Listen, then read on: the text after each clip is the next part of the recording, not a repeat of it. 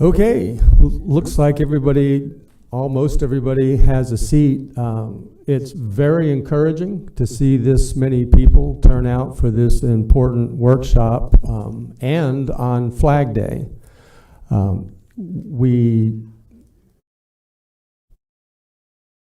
Is your name up there by accident or on purpose? Okay.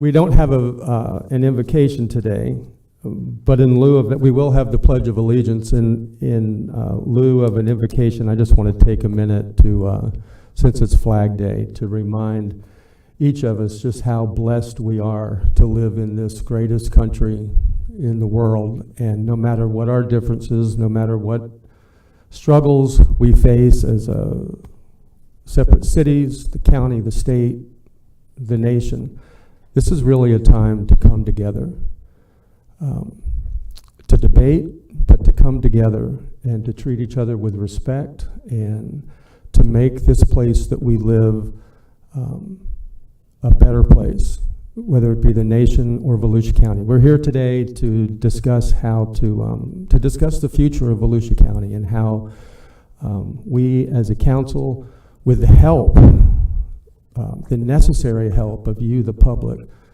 to make this a home where our kids will want to stay and create businesses and jobs. So I'm really just glad to see you taking this so seriously and coming out today. Thank you very much. Let's stand, if you would, for the Pledge of Allegiance.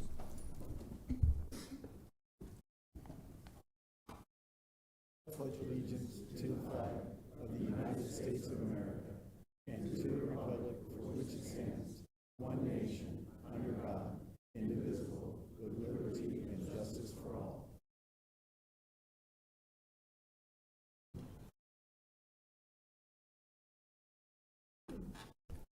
Carissa Green, would you call the roll, please?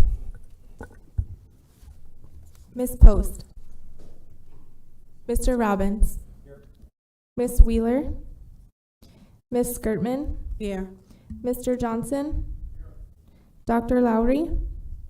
Mr. Brower. Here. Before I go on, I'm going to ask the county attorney, Michael Dyer, to, as you just saw, we have 3 council members absent, so we barely have a quorum. We do have 4 of us here. We have a quorum. Nobody will be allowed to go to the restroom, except for y'all. So I'll have Mike Dyer, would you explain that in a little bit more detail? Yes, thank you, Mr. Chair. Paulo Soria, Senior Assistant County Attorney. As you mentioned, we do have a quorum, which is 4 members of the total council, which allows them to take action. In order to continue to take action, 4 members must be physically present at all times. So if a member has to kind of leave temporarily to go to the restroom, the chair will recess the meeting until that member comes back, and then they can resume the meeting. To take any action requires just the majority vote of the members present, so that's 3 out of the 4 physically present. So just, don't be surprised if there are temporary recesses if a member has to temporarily leave and then come back later. Thank you. All eyes are on you today. Okay, before we get started, well, this is to start us. We do have some members of the public that would like to speak before we commence. I'm always glad to see that. I'll just call your names in the order that they were turned in. The first is Paul Richardson.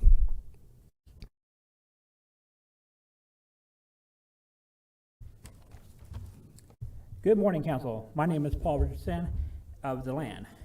Quick shout out to DeLand Police Chief Yon and Volusia County Sheriff Chitwood for taking proactive measures against an illegal truck rally over the weekend.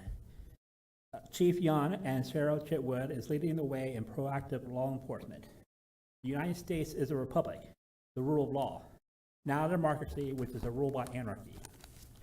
While Florida is experiencing a rising crime, it's nowhere near approaching the near apocalyptic levels in California.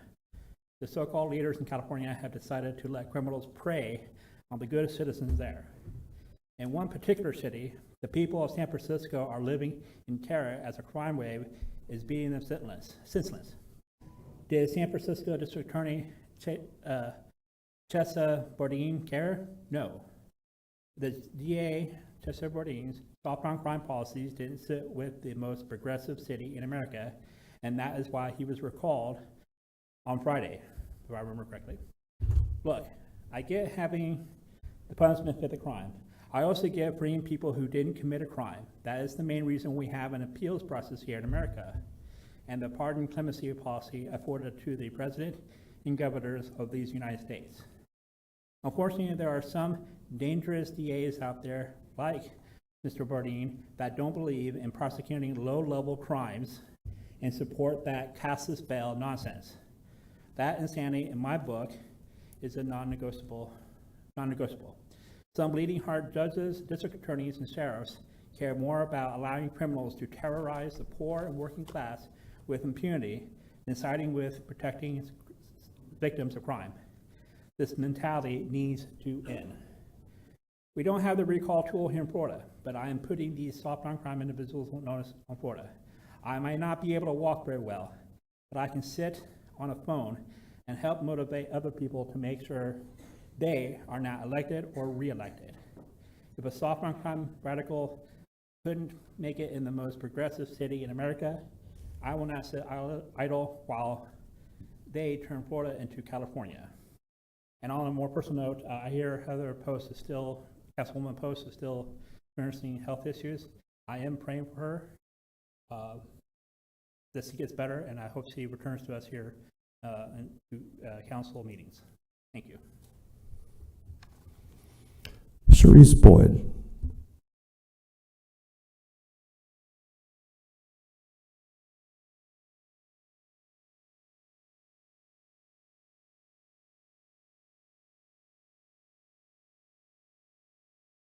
Sharice Boyd of Daytona Beach. I just want to come before the council and say that we are having this special meeting in regards to the growth and development of our county. We do have some issues here. It's lopsided in the cities. I wish more people were here to vote on it because I think it's that important. But I also want to discuss real quickly during the special meeting some things I think we need to be discussing as a county. And that's where we have asked the chair, not directing toward you, but you did mention and you brought up why are we spending $2.4 million on a courtroom. And I agree. That courtroom means that you're looking to incarcerate more people. We already have a recidivism rate third highest in the state without a reentry center. We need to be considering stopping the problems and not allowing ourselves to just look for more people to put in our system. And another thing that I'd like people to consider in this reentry center that I've been working with trying to get us to get here is that our beach right now, a lot of people are concerned about parking on the beach, driving on the beach and things like that. If we get 2 Category 5 hurricanes, we won't have to worry about parking on the beach unless we drive submarines. The next thing to consider is the government. Volusia County should not really be policing according to the statutes in which I've read. Not that it's illegal, but it's kind of not the best way. And I wouldn't suggest that we privatize our beach and allow the sheriff to take over the beach for policing and take off of the beach patrol. We have a lot of things that we can do different in our county, and since we're having this special meeting, I think this is a perfect time to bring up those suggestions and solutions for you all to consider, because the people behind me, not that other people aren't involved, but the people behind me I think have a very good ear to what I'm saying, and they actually care about the future of this county, and in regards to that, these are some issues that should be discussed probably more often than they're not in our council meetings. Thank you. Suzanne Schreiber.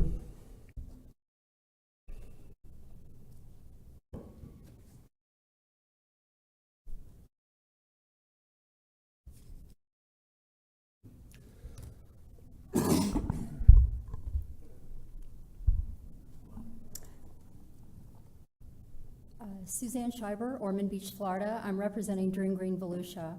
The issue with growth in our county is we have developed before our infrastructure has been in place. The land use changes made through the years have diminished our quality of life while raising our taxes, bringing us here today. In plain English, growth is not paying for itself.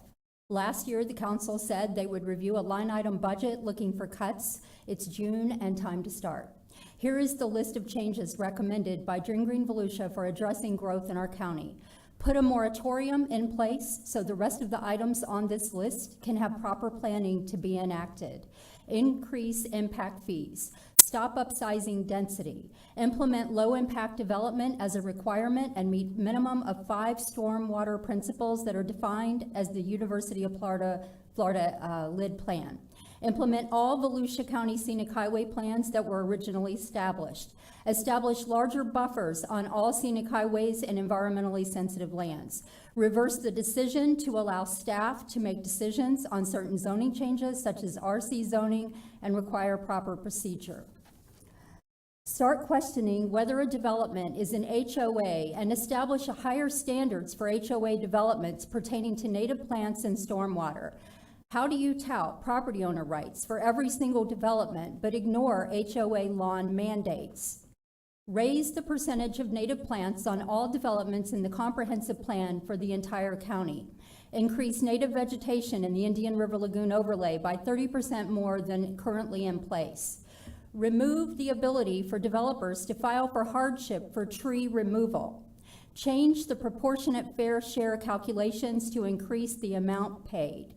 Require soil testing before determining septic conversion. Stop allowing developments in areas where septic is available when your plan is to require wastewater treatment plant conversion later. Use your political power to stop the Pioneer Trail and I-95 interchange, because supporting bad ideas like this continues to perpetuate sprawl, ruining our quality of life. I sent more of these ideas in email. I want you to know that there are people in the audience today who took off from work to be here, and I appreciate their time as well as yours. Thank you. Thank you. Chris, Dom?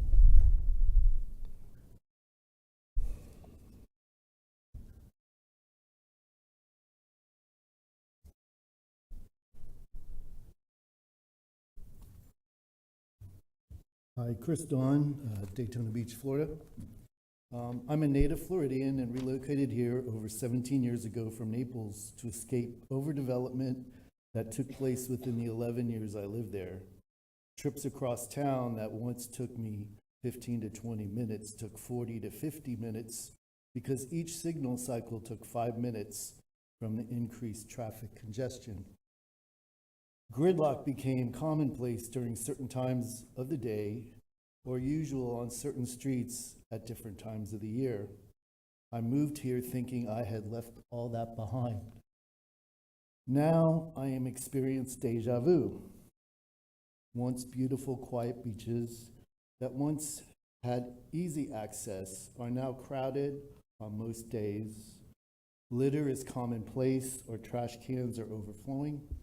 I can now hear regular traffic noise from my house. It takes me longer for crosstown trips.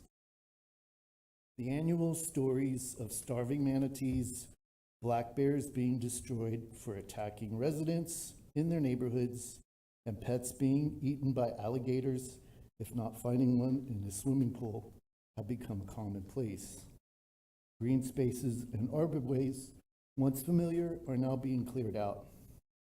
Now we face an unbelievable reality of either fracking sewage effluent into our aquifer or discharging into wetland recharge areas to meet state federal water requirements for continued permitting.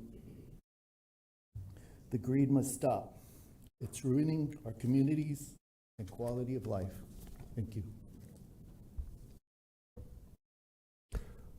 Warren Richards?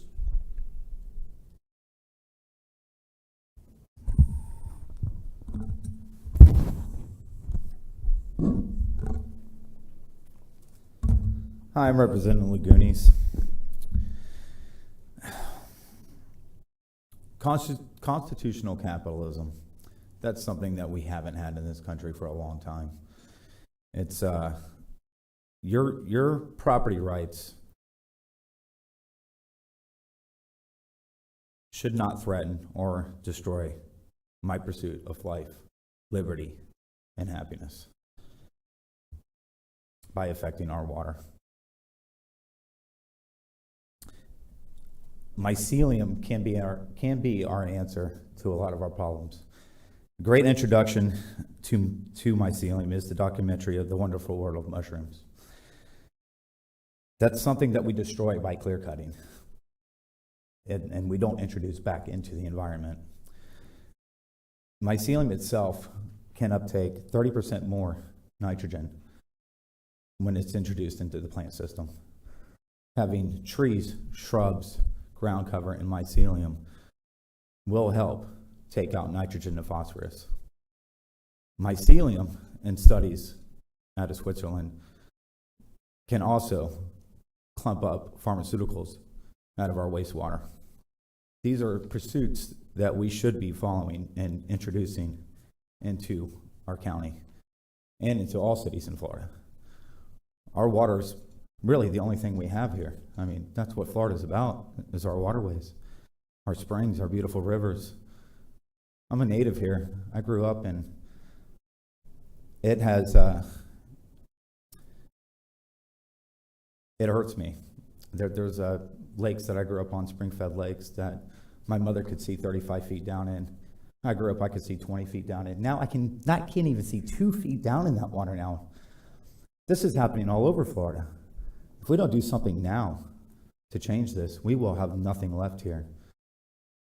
Thank you. Thank you to everyone that participated. I would like to mention for the record that we have received, every council member has received numerous emails too that I wanted to mention. One from Nancy Vaughn on concerning the Green Ribbon Panel and the environmental core overlay. I just wanted the public to know that each one of the council members has received that letter, and it is part of the public record. Also, several letters from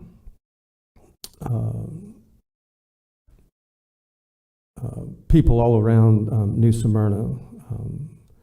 This one from River, I think it's Leisler, the Leisler family, and everyone on the every council member has received that. I just wanted to make sure that you knew, and these your suggestions, your concerns are being considered by each council member and will be considered today, and this is not the end of it either.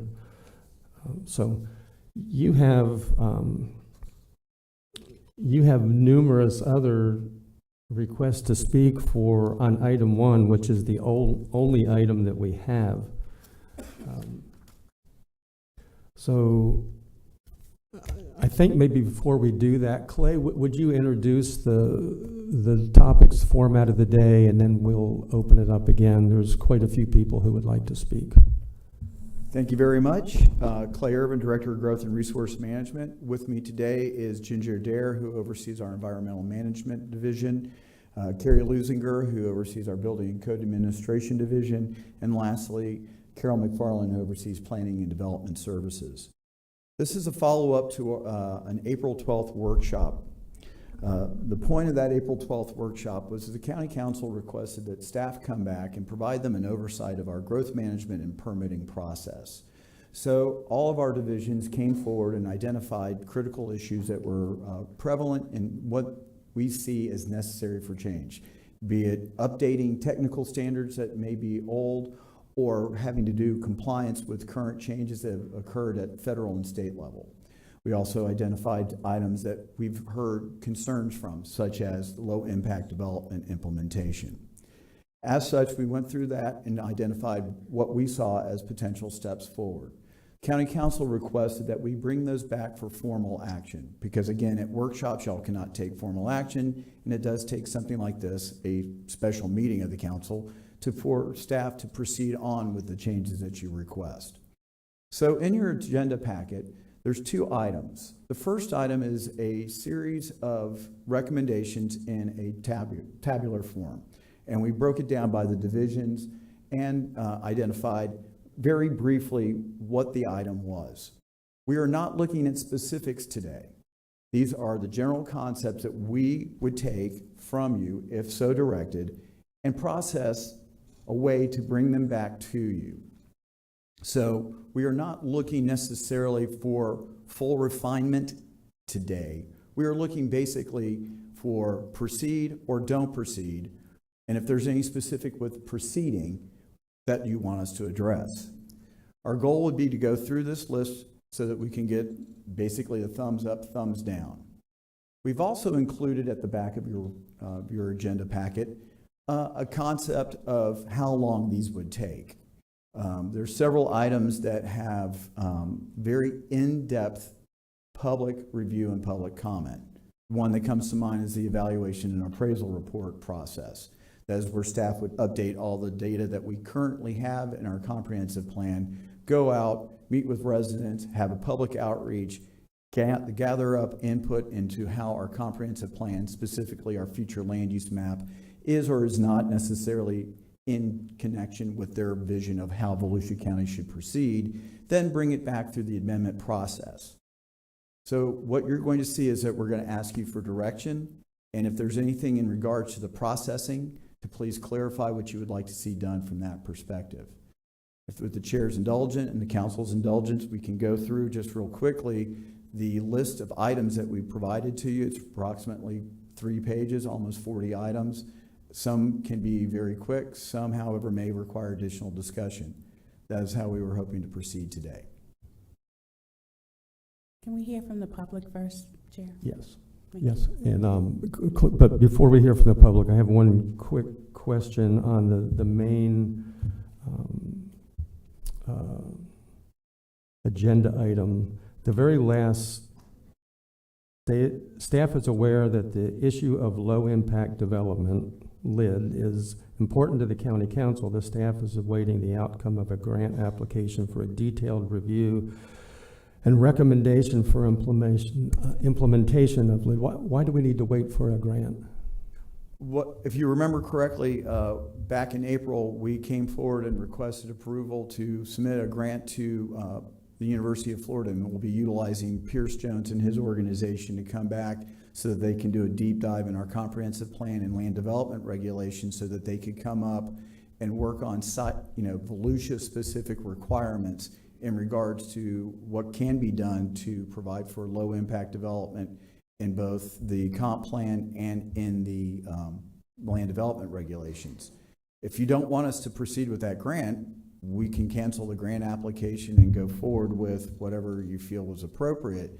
We were just seeing that, again, Pierce Jones, who made a presentation at the April 12th meeting, provides a great deal of information and background in regards to the expertise in low impact development, and we saw that that would be something that could be done in a process that would engage the public, make sure that there was a proper education, and be able to come up with something that was amenable to property owners, to environmentalists, to your staff, to you. If, however, that's not where we want to go and we're not looking to utilize the program for efficient communities, we can do so whichever way you want us to do. No, several council members want to speak now, but I'm not against getting a grant. What I'm concerned about is I look at the schedule that this isn't even started till 2023, and I think we've got a full house here. I think this is perhaps the main topic that everybody's hoping to hear on, especially some of the land use attorneys and development community that's here that needs to know. I doubt if they want to rush it either. And it's not that I'm trying to rush it without information. Pierce has been here, and he's also given us the Kansas State Low Impact Development Manual that I think I've sent to to staff and to council members. We have a lot of information, and so we'll continue this when we hit that topic. I just wanted clarification for the public to know why you're recommending that. Barbara Gertman. Thank you, Chair. Clay, do we have an idea of the cost? What's the grant for? $75,000 is the grant. Okay, and that's the expectation of the cost of the assessment? Plus your staff time. I feel like the chair I think with as much as we put out, that there's a way to hopefully address that and not delay, because I think it's a critical concern. Ben Johnson. This is too important of an issue not to look into every aspect of it. We have somebody coming here that can give us some information, study it, and look at it. We're talking about the future of this county. We're talking about people on both sides of this fence, the environmental community and the property owners. And I'm not comfortable with doing anything that's just going to be railroaded through and not looking at all aspects of it and looking at everybody that can help us with this and not just taking, we want to do something to do something. You're looking at a lot of stuff, and I'm going to repeat it over today again, that there's things that we can't do too fast. If we do, we're taking a chance of major liability in the future. We have state laws that tell us what we can do, and none of us are up here are real versed in all of that. That's why we have our attorneys and our staff to help us with this. And then at the end, it falls on our hands. But in the meantime, I want to see all of it, and I don't have any intentions of just making a move to make some people happy. I'm going to slow this thing down and make sure we do it correctly, so when we're finished, it's something that lasts for 5 and 10 years and not in a court somewhere.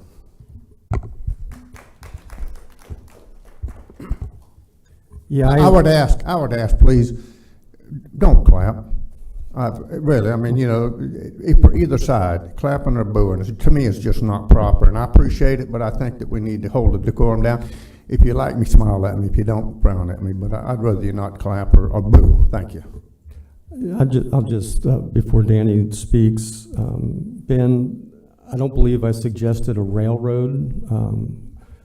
4 of the county council members attended a conference. I don't believe I accused you of that. I just said I didn't want to see a railroad, Mr. Brower. 4 of the county council members attended a workshop that Pierce was greatly involved in last year.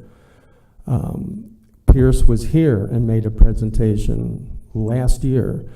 We're not known for railroading. We're known for dragging things out until you can't, until you lose the opportunity. We have, as one of the several of the speakers said, we have to get on the water issue.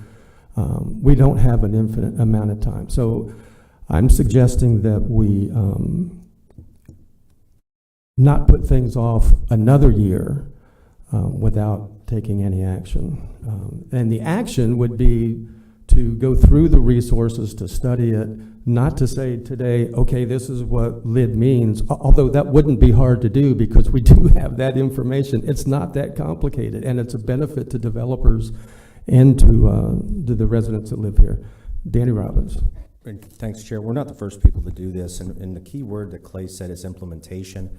I have to agree with Ben on this. You know, we also have 3 members not here that are crucial and represent various areas of this county that can bring different perspectives to things.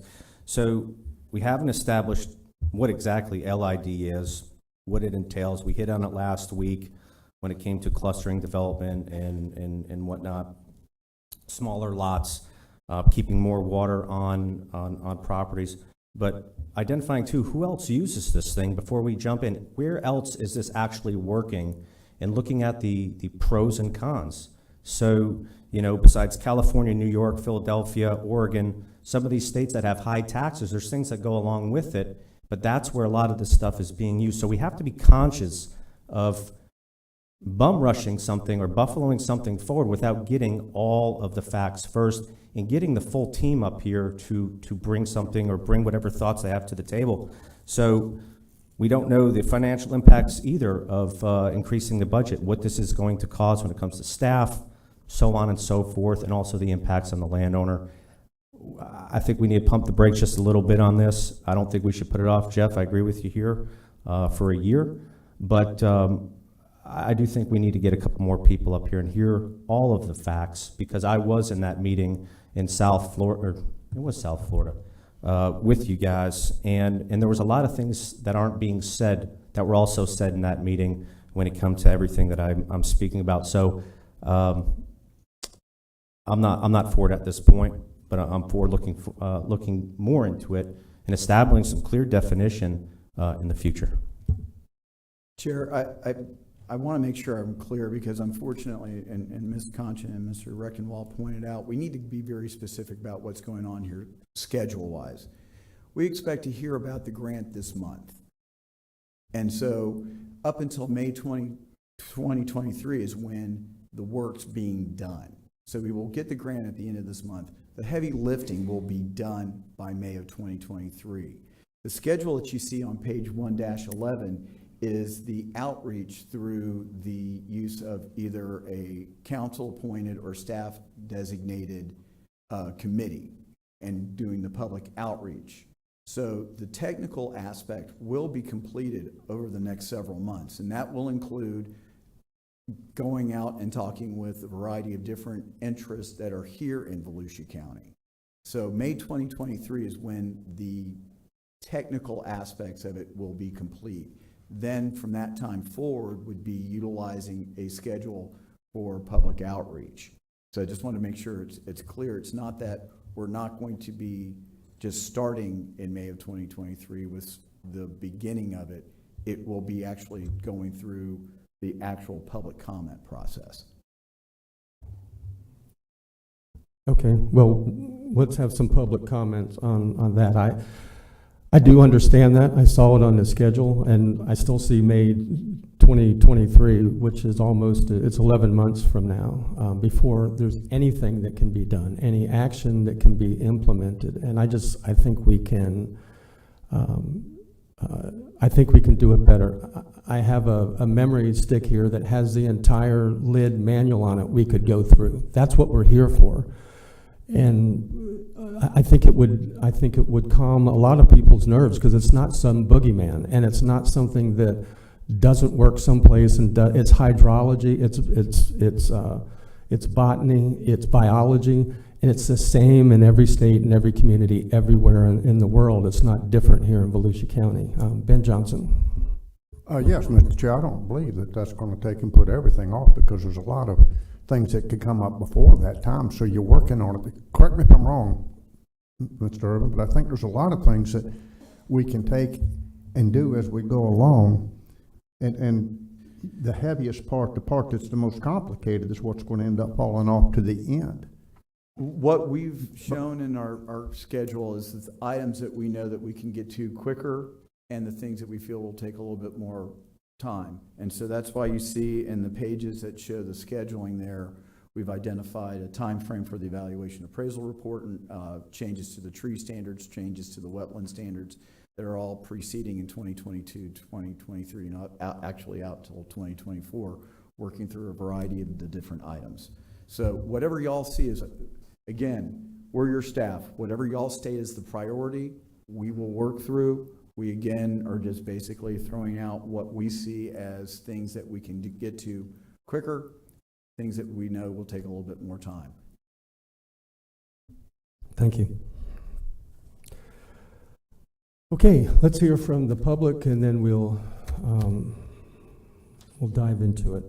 And when I didn't say this before, everybody did a great job that came up. When you come to the microphone, the dais actually lifts up and down if you need it to be higher, according to your height. Pull the mic to you so that I want everybody to be able to hear you. And you will have 3 minutes, and there is a timer that you will see on the laptop there on the screen behind me. There will be a very gentle beep at the end of 3 minutes if you go over. And I'm sorry for that, but we got a lot of people that want to talk, and I want to give everybody a chance to voice their opinion. And lastly, if you would just tell us the area of the county that you're from, the city. You don't need to give your address. It might not be safe. But just tell us what city you're from. So with that, Ken Nosbaum.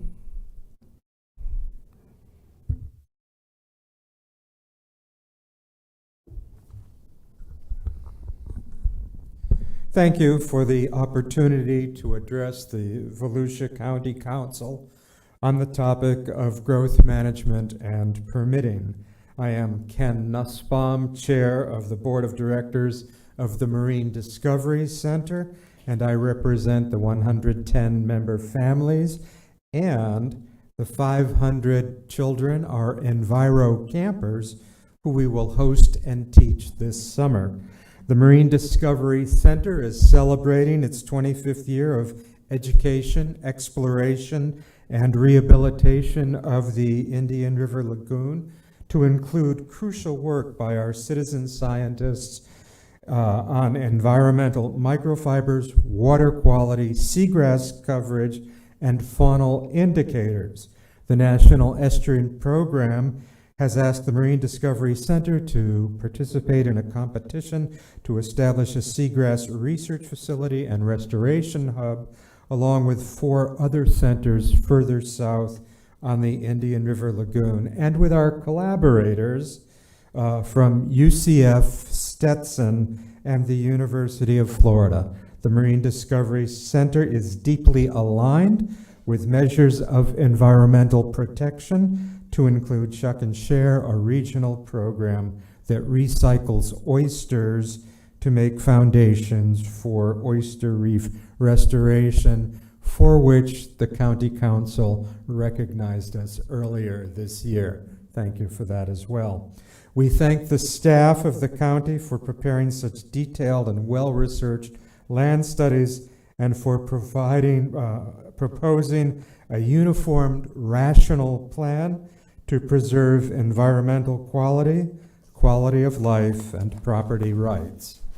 The Marine Discovery Center supports protections of spaces that charge our aquifer, protect our trees, and provide for a viable and extensive wildlife corridor.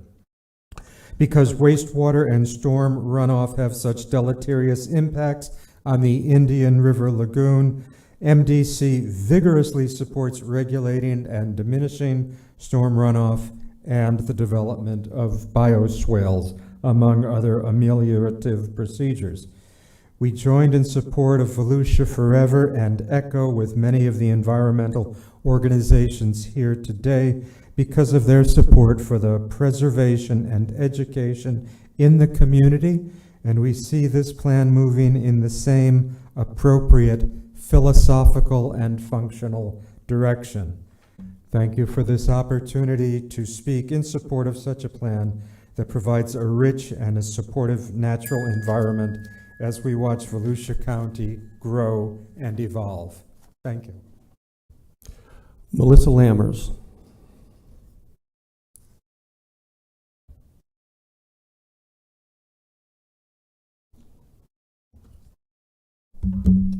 Good morning, Chairman Brower, council members, and Manager Rechtenwald, Vice Chair Gertman. My name is Melissa Lammers. I live in Ormond by the Sea. Thank you for scheduling the April 12th workshop on growth. It was the right thing, the right response to the widespread concern in our community about how we're growing and the implications growth has for our quality of life. Thank you to staff for the amazing work you did to pull together so much information and present it in a way that we could follow. And again, thank you, Council, for instructing staff to come back with an action plan to eat the elephant and tackle all the items that surfaced in the workshop, some things that haven't been examined for 30 years or more. And staff has thoroughly presented that plan. So first and foremost, I urge Council to accept and approve the action plan, including seating a diverse panel of citizens so that we can continue to prioritize and find solutions to the growth challenges we face, including many of the ideas that my fellow citizens have brought before you today. On April 12th, I also ask you to please increase protections for the Environmental Core Overlay, or ECO, by elevating it from the comprehensive plan where it is now to the Volusia County Home Rule Charter. ECO contains ecosystems and environmentally sensitive lands that are essential for our health and well-being, and therefore warrant greater protections in general, but specifically if they're annexed into a municipality, as ECO currently applies only to unincorporated Volusia County. And we can't have smart growth without ECO. You can protect ECO land right away, right now, by making it, specifically the original Map A, part of the minimum standards under Chapter 50 of the Code of Ordinances. I urge you to do this before the window of opportunity to to protect our drinking water and habitat connectivity and ability to implement smart growth closes. Please protect eco. Now, late-breaking news. Very late last night, I found out that the St. Johns River Water Management District intends to surplus more than 1,600 acres in the Volusia Conservation Corridor. In 2020, Volusia County voters approved the reauthorization of Volusia Forever precisely to protect environmental lands. This change, this surplusing wasn't vetted with partners, and you'll recall that Volusia Forever looks to state of Florida and looks to the Water Management District as a partner in sensitive land acquisition. And to some of the parcels that are on the line for surplusing were purchased or were in partnership deals with the Water Management District to leverage protection of larger conservation areas. If the district doesn't want that land, they should convey it to the county. The wildlife corridor is a priority from the legislature. If so, how can land that is in it no longer be needed for conservation? Thank you. Please protect the EcoCore overlay, and please take a look at this St. Johns River thing. Rob Byrd.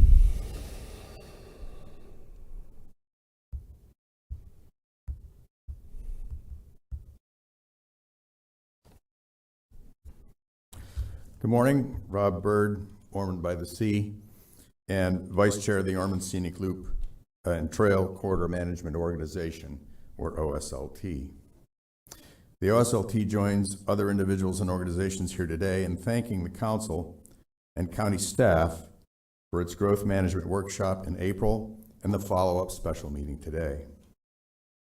The OSLT owes its existence in part to the Save the Loop struggle in 2002 and 2003 to at least minimize, as much as possible, the impact of the Plantation Oaks development on Old Dixie Highway. We formed in 2005 with the idea that state scenic highway and national scenic byway designation might help temper the character of future development in the scenic heart of the Ormond Loop, which has been treasured for its rural and scenic character at least since 1935, when the Daytona Beach News Journal reported a local church youth group had held, quote, a Halloween hayride around the Ormond Loop, safely assuming readers would know what that was. Our success at conditioning development in the heart of the loop by moral suasion has been mixed. But we see an opportunity to do better flowing from what direction you give to staff today. Suggestions include incorporating recommendations from 1,000 Friends of Florida, such as strengthening the environmental court overlay by putting it into the county charter. Also, for example, adding low-impact development practices into the land development code, enhancing the county's environmental minimum standards, and increasing protections for trees, wetlands, and their upland buffers of particular importance along the loop. The OSLT hopes the Council will make the most of the good staff work done here and at prior workshops, including forming a Green Ribbon Citizen Advisory Committee, and looks forward to providing input as the process moves forward. Thank you. Jenny Nazik.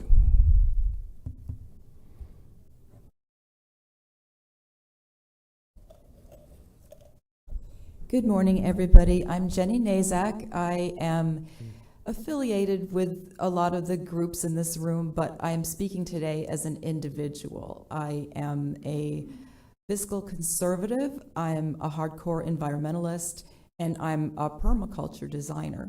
And actually, one of the reasons why I voted for Jeff Brower was that I knew he was into permaculture. I hope it's okay to refer directly to a council member. I only have positive things to say. By the way, when it comes to our life here, protecting the biosphere on which our life literally depends, there's no us and there's no them. There's only us. So developers are us. All residents are us. Future would-be residents are us. Farmers experiencing pressure on their land and maybe being put out of business, that's us. Farmers who are just ready to retire and get some retirement money, that's us too. I really applaud all my colleagues in this room who are pushing for low-impact development, use of native plants, all these things. And the good news I have is that there are many examples at this point now. We have many examples right here in Florida and in Volusia County. We have expertise on low-impact development, expertise on use of native plants. We have all these coalitions. I took so many webinars during the pandemic that it felt like mini grad school, and I thought my head would explode. So I'm always here as a resource. I always tell people this, and I always mean it. Anyone can call me anytime. I will always help you. And I know how to mitigate development, because my field, permaculture, is about sustainable human settlements. It's making the human environment sustainable, equitable, just, meeting people's needs, so that also the rest of creation has room in which to exist. So we do have plenty of water. If you knew somebody who was making $1 million a year and they were always broke, would you say they need more money, or would you say they need some financial counseling? We're in that boat with water, and we actually, all the things we're mentioning are going to help us with water. They're going to help us clean our water, filter our water, protect the wildlife, protect the waterways, all of that. I have also, by the way, a wild and crazy idea. I wrote all this stuff. None of it's going to fit into my 3 minutes. But a wild and crazy idea, instead of making developers and builders do landscaping, they're not that great at landscaping. Maybe just get them to give a donation to the Florida Native Plant Society chapters, who would then do the native landscaping, and the builder or developer gets a tax deduction. Just a thought. I have lots more thoughts, always here to help you all. Thank you. Sharice Boyd.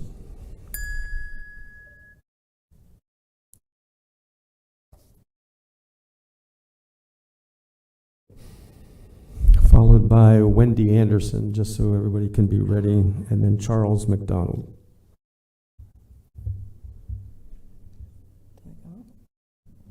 Okay, so there's a famous saying, not everything that is faced can be changed, but nothing can be changed until it's faced. I went through the room earlier today and I took a picture of all of the former elected officials who sat in these positions, because what nobody here wants to admit is we're in here because of their decisions, poor decisions that did not think futuristically if possible. We have to think threefold, past, present, future, and we need to keep three things in mind: the people, the natural resources, and infrastructure. Earth does not belong to us. We belong to the earth. We are not going to get more land. The water is where it is. As we continue to grow or overgrow and overpopulate, we are making it really hard for that little boy back there and his children in the future. We're making decisions without understanding. I understand your hesitation. However, we are at a point that we all have Google. We all have Google. We all have access to resource. And I'm not going to accuse anyone of not doing their due diligence and doing some research outside of their hours in here. But what I'm saying is this is so critical. So to say we don't have enough people, it was their choice or whatever purpose, they're not here. We can't suffer and wait because other people don't see the importance of this. There'll never be true justice or understanding of those things that affect people until the unaffected are affected. So today I'm asking that you listen, you make the equitable and logical decision, and not repeat the mistakes of our forefathers. We're living in their sins already. We have the technology they didn't have. We have the understanding, we have the research and the resources. The only thing we need is for three of you all to say yes. Thank you. Wendy Anderson.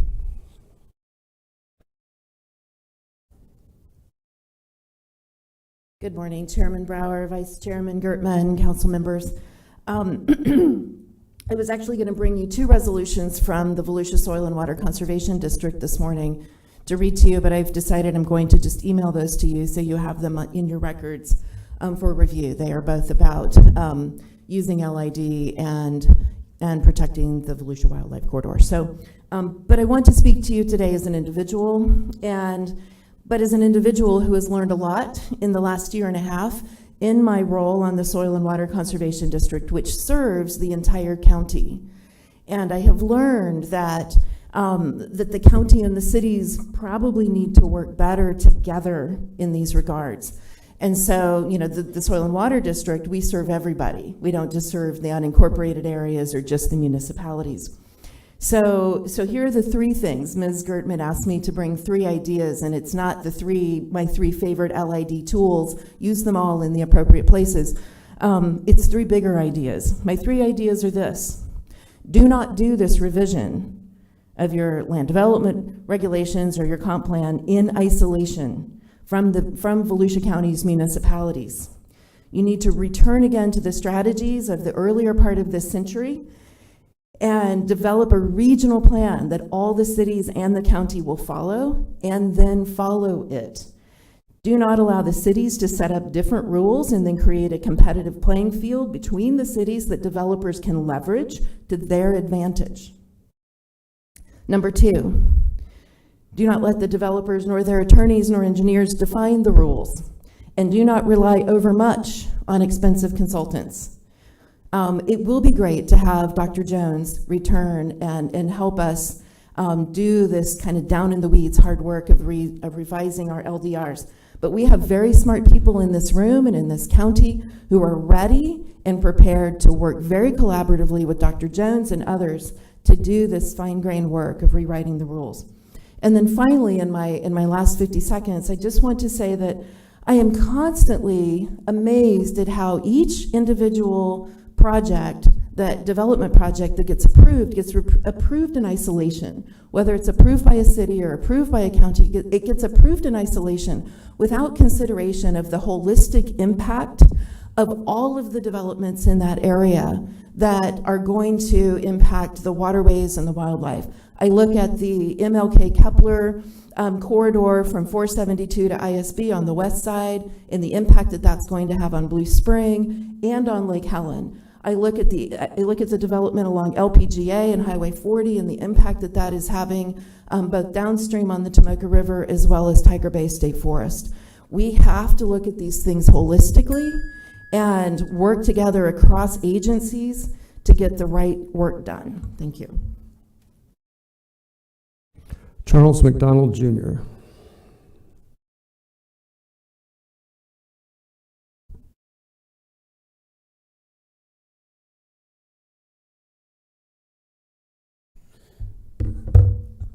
Good morning. Oh, man. Good morning. How's everybody doing? It's a pleasure to get to speak in front of you guys today. I'm hearing a lot of people talking about, the environments and stuff like that, and that's great. I care about the environment just as much as anybody else does. But I think they're glossing over the bigger issue that underlies, this topic, and that's individual property rights of the people inside of unincorporated Volusia County, which is myself. I live inside of unincorporated Volusia County. And, looking at just the setbacks, you're telling landowners that they couldn't use an extra portion of their property when we already have a very large setback in general, much larger than the cities that exist. For instance, the case in the last meeting was what you're showing the overview, and there's setbacks of 50 feet on a county person's property, and Port Orange's setback is like what, 25 feet? There's people inside of the setbacks. So the problem isn't with the county, the problem's with the cities. It goes back to what the previous lady before me said. The county council needs to coordinate with the other municipalities if they want to do something right. And I would also encourage you guys sitting up here who we've entrusted our rights to respect our rights and allow us to do what we want to do on our property, because it is our right. It is also important, I do agree, to further environmental causes, but maybe you should consider doing something in terms of tax rebates or some sort of financial incentive if that's what you want to get done. Don't just enforce it. That's not the way to go about doing this, and it's definitely not the proper way. And I would just highly encourage you guys up there that we've entrusted with our rights to not infringe upon them, and don't punish citizens of unincorporated Volusia County for problems that truthfully exist more inside of city limits, and it's not our problem. We didn't cause that. They did. And I would also request that, you delay this. It's definitely something that needs to be looked into further. I mean, $75,000 may not seem like a lot of money when you're setting up here passing $1 million budgets, and I completely understand that. But as an everyday individual, $75,000, well, out of a taxpayer's money, that's one of your guys' paychecks for a year. A lot of money. So, that being said, thank you guys, and I appreciate the time. Charles Yancey McDonald.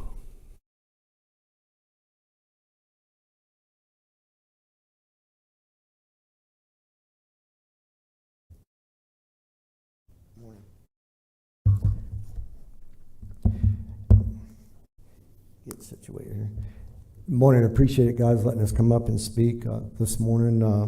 I'm here with the amendments to the comp plan, of course, and I'm a 5-generation Volusia County resident, and so I'll move on.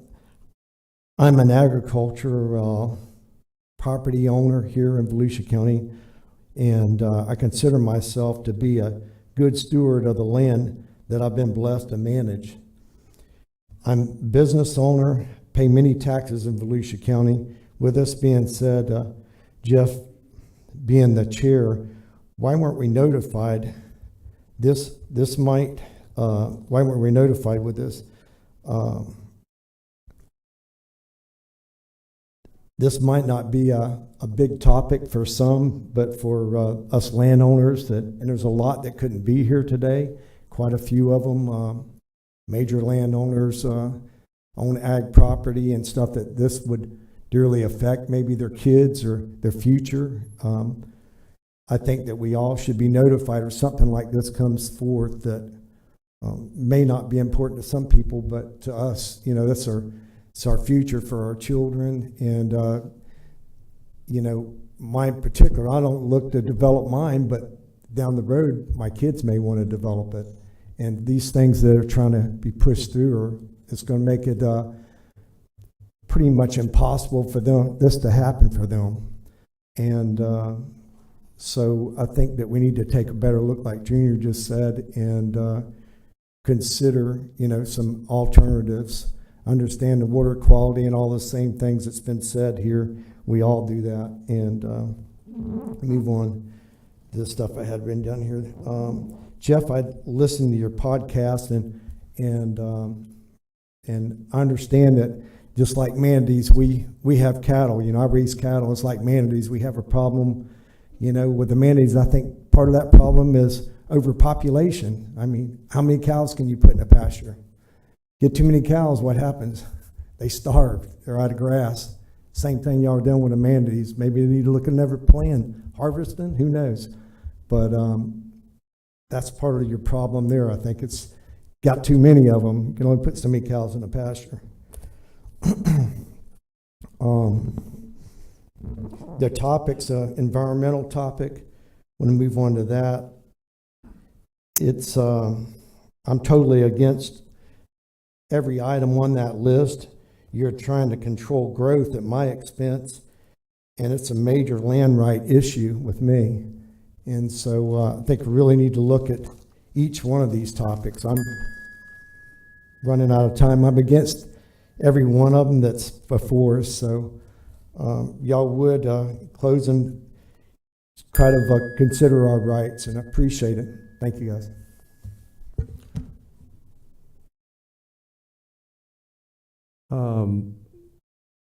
Is it Michael Glasnick?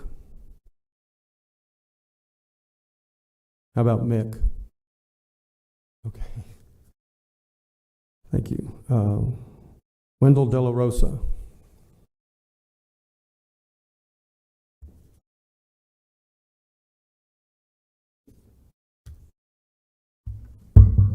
Good morning.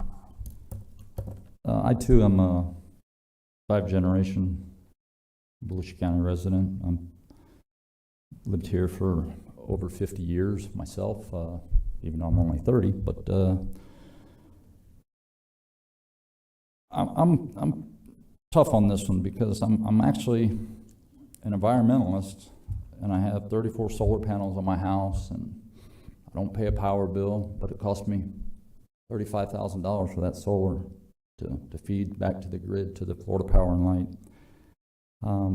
So I'm hard pressed on these issues, but I look at it from a landowner side because I also own thousands of acres in Volusia County, and I also own, as of this morning, 1,252 tax deeds. I pay other people's taxes for the county.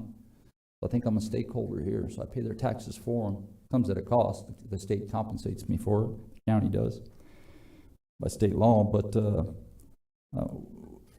I have my rights too, and I've heard a lot of people come up here and this seems to me like mob rule. Let's bum rush this through. Let's get it through. I've watched social media.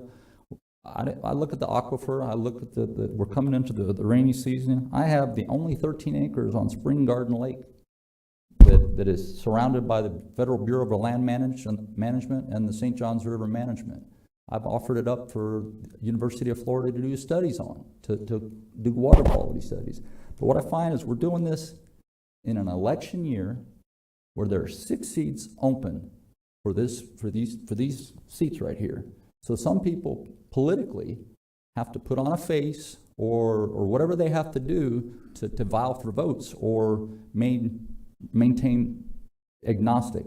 I don't like that. I think this should be slow this train down, and let's get it back on track in 2023 and get a grant for it and not waste $75,000 of county taxpayers, i.e. some of my money that pays for this.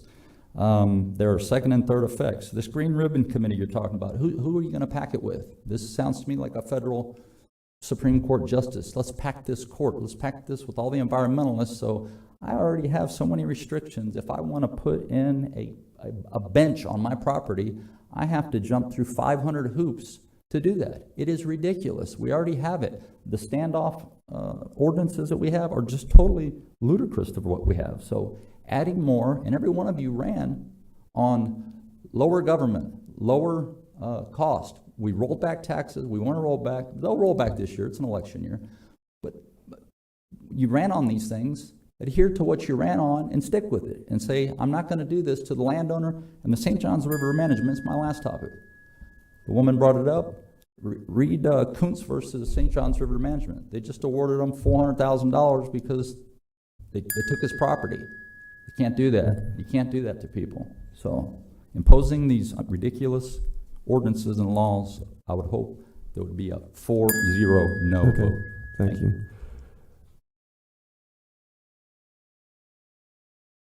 Brian Hammer? Did I get it right?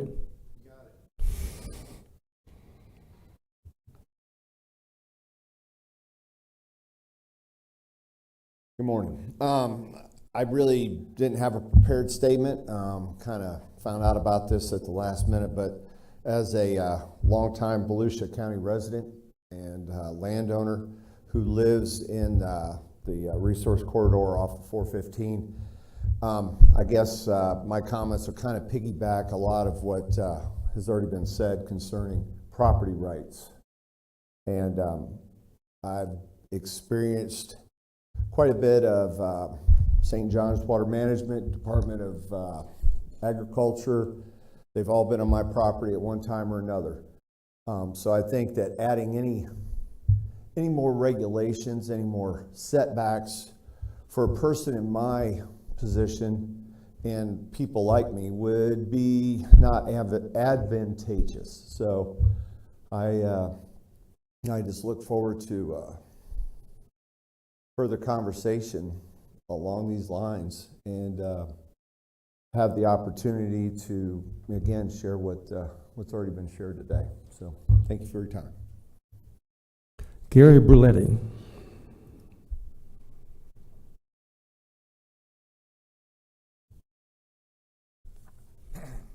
Good morning. Good morning. Volusia County resident, 50 plus years. I am definitely against this proposal. Or listen, it's way too big of a picture to have this side against this side. I think the lady hit perfect on this situation. The cities is the problem that's going on here. My land is not bothering the water in Ormond Beach, I can promise you that, okay? But the regulations we already have right now, I have a 50-foot setback on my property. I can't do anything 50 feet from a RC corridor. 50 feet, you know how far 50 feet is? It's to the parking lot. Can't do nothing with this property, nothing. So to do anything, any more regulations on the landowner doesn't make any sense to me whatsoever. This definitely has to be tabled, and further talks need to be done about this for both sides of the fence.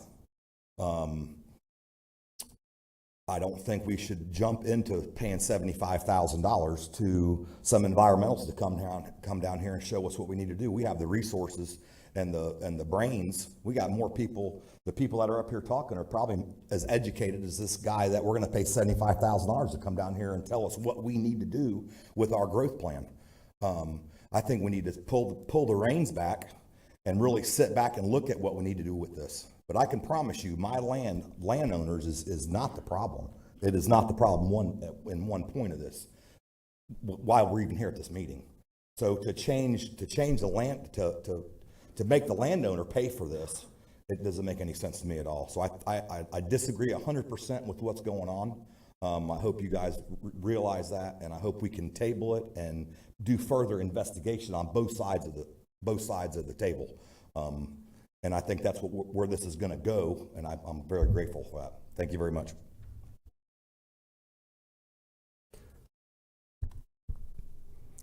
Clayton Shelton.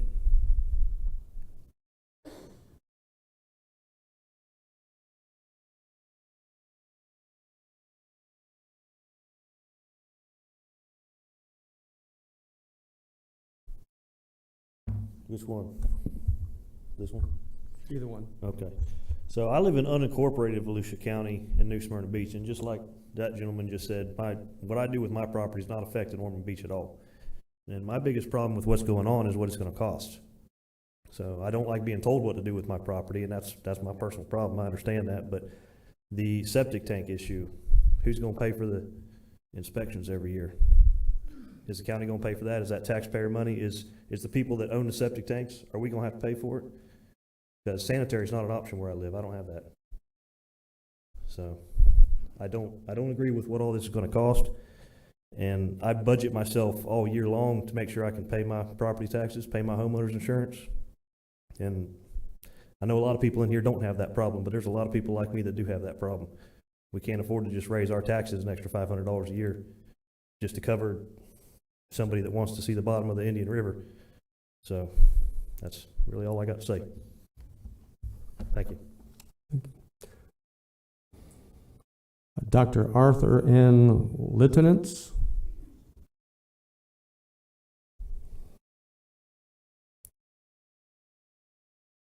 Good morning.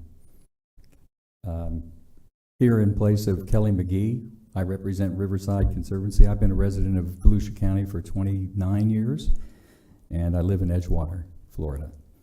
I'm a board director of Riverside Conservancy.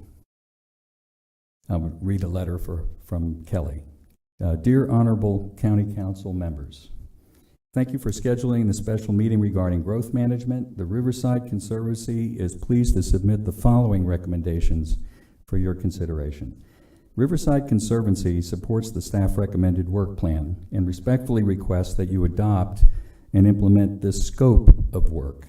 Additionally, we request that you, 1, require all coastal development to be a functional part of habitat that is requiring living shorelines. Work with the East Central Florida Regional Planning Council to adopt resilience hubs, that is, adaptation action areas. 3, direct staff to draft low-impact development standards for inclusion in the Land Development Code. 4, increase protection for trees, wetlands, and upland buffers under the minimum environmental standards power listed in Section 202.4 of the Volusia County Charter. 5, adopt the countywide eco map, Map A, and I have it here, map A. You're familiar with it. As a minimum environmental standard. 6, adopt the recommendations of 1,000 Friends of Florida, particularly adopting their model property rights comp plan amendments. And 7, require all new county facilities to comply with green building and development standards at the silver level under LEED or Florida Green Building Coalition standards. Additionally, please consider immediately funding studies that will provide insights to how groundwater levels are changing, how hydrological connections are affecting the quality of water in the aquifers, and how low-impact design can improve the quality and quantity of our water supply. Sincerely, Kelly McGee, and I'll submit these to the clerk. Thank you very much for the opportunity to speak today, and honor the principle the lady said, it's not them, it's all of us. Thank you. Ralph Locke. Mr. Who? Would you please give maps to Carissa Green? Then it's part of the public record. Thank you for bringing them.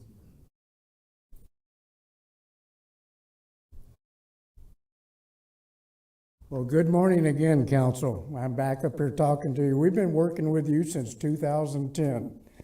So we're back up here to remind you that we're here to help you. Florida Green Building Coalition, I'm the current president, past president Bill Ketchman, and we're both Florida natives. We did a outreach, I think it was last week, 2 weeks? 2 weeks ago. 2 weeks ago to all the city planners and county planners down in South Florida. And they looked at our green development standard, which is available to you free. And they're all adopting it, including DeBerry just called us, and they're getting ready to adopt green development guidelines. And I forget how many cities and counties all over Florida have already adopted it and used this standard. You want to go ahead? Biggest thing is we've been introduced to most people here, Wendy and Kelly McGee and all. We've done a lot of educational programs, especially during the COVID months and everything, when everything had to be on Zoom. Ralph and I face on there a lot. The biggest thing is listening to some of the things is we don't have to go out and create something new. We don't have to spend money to go do research. All of our certification programs have been researched, technically looked at, vetted by the public. We work with St. Johns River Management District. We've got a member of theirs on the board. The person that created the Water Star program has worked with us, the Audubon program, Friendly Yards and Neighborhood. We've got incorporated all those in our certification standards, and we've looked at it. So instead of having to go out and research it or anything else, you can go online, pull down our standards that are there, and look at them and discuss whether it meets your model or not. The thing is not everything is mandatory, so those people that have land developments and stuff and want to protect certain rights and everything else, everything's flexible under the program, and it doesn't cost the county, the city, or the taxpayers any money. And this has been around for 20 years because we update it every 3 years. Any questions we can answer? We'll get through that all the rest of the day. Would you give that information to Carissa Green over there so it's part of the public record as well? And thank you very much for thank you very much. Both of you coming. You want to give her the green standard? John Baker, followed by Carrie Carl. Hi. Morning. John Baker, DeBerry. First, I want to thank the council and staff for the workshop today and the one in April. I want to thank all of you all for listening to us. And I want to thank staff particularly for having meetings with us when we citizens have had concerns about different things. They took a lot of time to meet with us to help resolve issues. I support staff's recommendations for you today, but I also believe that we need to look further. This is a big issue. We need to have decisive measures for growth management. and I've outlined some of those in a letter to y'all. One, I think we need to incorporate the environmental systems corridor into the county charter somehow. I think we need to incorporate the 10 principles of smart growth into the charter and into the comprehensive plan, all 10 principles, not just some of them. I think we need to incorporate selective language from the former state Rule 9J5, which was the heart of growth management. Talks about urban sprawl, defines it, has indicators for it, and how to stop it. And finally, I think we need to direct staff and the planning board, the PLDRC, to more aggressively apply and strictly apply the comprehensive plan. It is the law that every ordinance that you enact and every development that you approve be consistent with the comprehensive plan. And I think that that needs to be a little stricter. I'm not criticizing staff. They typically do whatever they're told. I've been staff to it in a lot of places. You did what the governing body tells you within the bounds of the law. So I'm not criticizing them. It's been 37 years since we had the Growth Management Act. And for 11 years, the state seems, in my opinion, to have done everything they could to kill growth management. But we have the opportunity here to do something about it. Thank you. Carrie Carl, followed by Susie Peace. Good morning, Carrie Carl. I'm a resident of DeLand, but I'm here as the Executive Director for the Volusia County Association for Responsible Development, or VCARD, because that is such a mouthful. For those here or listening online who are unfamiliar with VCARD, I'll share a quick piece on who we are. VCARD is a membership organization of land development professionals who have been around for nearly 40 years. Our history is integrally tied to the surge in population growth in Florida, similar to what we are seeing today. Our founders did not come together to fight regulations, rather to be that perspective, a resource of people in the field who can provide comment on whether regulations are meeting those intended outcomes. For the past couple of years, VCARD has been actively engaged in outreach to the environmental community, many of whom are here this morning and who I am pleased to now consider as friends. The aim of this dialogue has been to understand what the environmental community wants from development. We heard clearly that low-impact development, LID, is tremendously important, and you've heard it too. And so we've been focused on solutions for that practical implementation of this sense. We held a conference in November where we brought down Dr. Pierce Jones from the University of Florida's Program for Resource-Efficient Communities. We set up a workshop with St. Johns River Water Management District, who is also going through a rewrite of their regulations to encourage more LID. And we have set up meetings between major developers and environmental advocates to share their hopes for future projects. It would be VCARD's hope that as you review land development regulations, you keep it a transparent and open process to allow for public review, that you convene a diverse group of stakeholders, not just VCARD, but representatives from other engaged civic groups who love and care about this area. We are fully supportive of the idea of bringing back the staff-designated Green Ribbon Panel. And I just want to add, I'm going off script, but when we talk about growth and development, we're talking about the places where people will live, the places where people will work, and the places where people will convene to interact as a community. I know you have a long day ahead of you, and VCARD remains ready to provide assistance where we can. Thank you.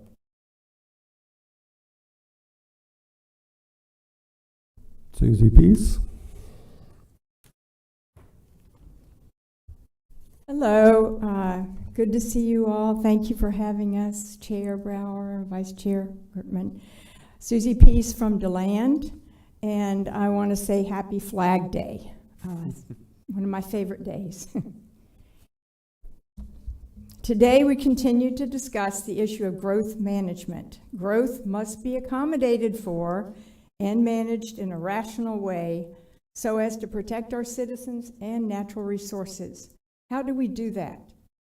One tool is our comprehensive plan, written by expert county staff which follows the laws, anticipates issues and pitfalls, and was approved by our county council.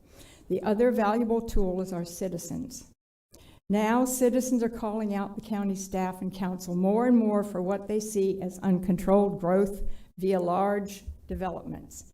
People fill a meeting room to give their opinions only to be told they arrived too late to be listened to. The big problems here are lack of communication and a lack of education of government processes. Citizens feel in the dark. Objections to growth happen when it's sprung on unsuspecting citizens. Not in my backyard, NIMBY has happened to all of us by now, one way or another. Once we move in, we're stakeholders. We have selected our home and area because it looked a certain way and it had personal attributes for us, and we want it to stay the same. So what a shock it is to see the signs of a new large development near us. The pink flags, the notices, black silk fencing, the first road carved in, trees bulldozed by the hundreds in minutes. Thoughts race of the birds and nests, tortoises, for me, spiders, snakes, box turtles, toads, native plants, whole ecosystems wiped away so the developer can have a clean slate to mold. It seems heartless, but it is legal to own property and develop it for your own economic benefits. And smart growth principles tell us that homes should be clustered so that the best natural areas on the site can be left natural. Citizens think growth isn't being managed. We feel left out in the dark, and our representatives need to hear that and are hearing that.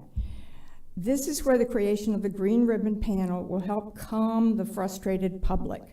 The Green Ribbon Panel is a varied panel of citizens, not all environmentalists, by the way, chosen by staff to review those first development decisions and give citizen input. And the panel will be educated about what is in front of them and feel a part of the decision. Also, I suggest creating, oh my gosh. All right, I want you to approve the work plan, please, and thank you very much for your time. I'm pro-Green Panel, obviously. Bliss Jameson, followed by Jessica Gow, followed by Warren Richards. Good morning, County Chair, Vice Chair Gertman, the Council, County Manager, and the staff. Thank you for all that you do for the Volusia County citizens. I'm a citizen of Volusia County, Edgewater, and I represent the Southeast Volusia Manufacturing and Technology Coalition. I come before you today to request that any council or our committee or panel that you appoint have broad representation from stakeholders across the county, including cities, environmental groups, and various economic development groups, and the private landowner. Southeast Volusia Manufacturing and Technology Coalition, SEVMATEC, recruits manufacturing, technology, and value-added businesses. We're looking to create jobs for our citizens. Bringing these businesses to our area diversifies the tax base, which helps the citizens, creates disposable income, which helps the citizens. And with our average wage of Volusia County being that lower than the state average, it behooves us to recruit these businesses to our area and maintain a higher wage, which contributes to the quality of life for all of our citizens.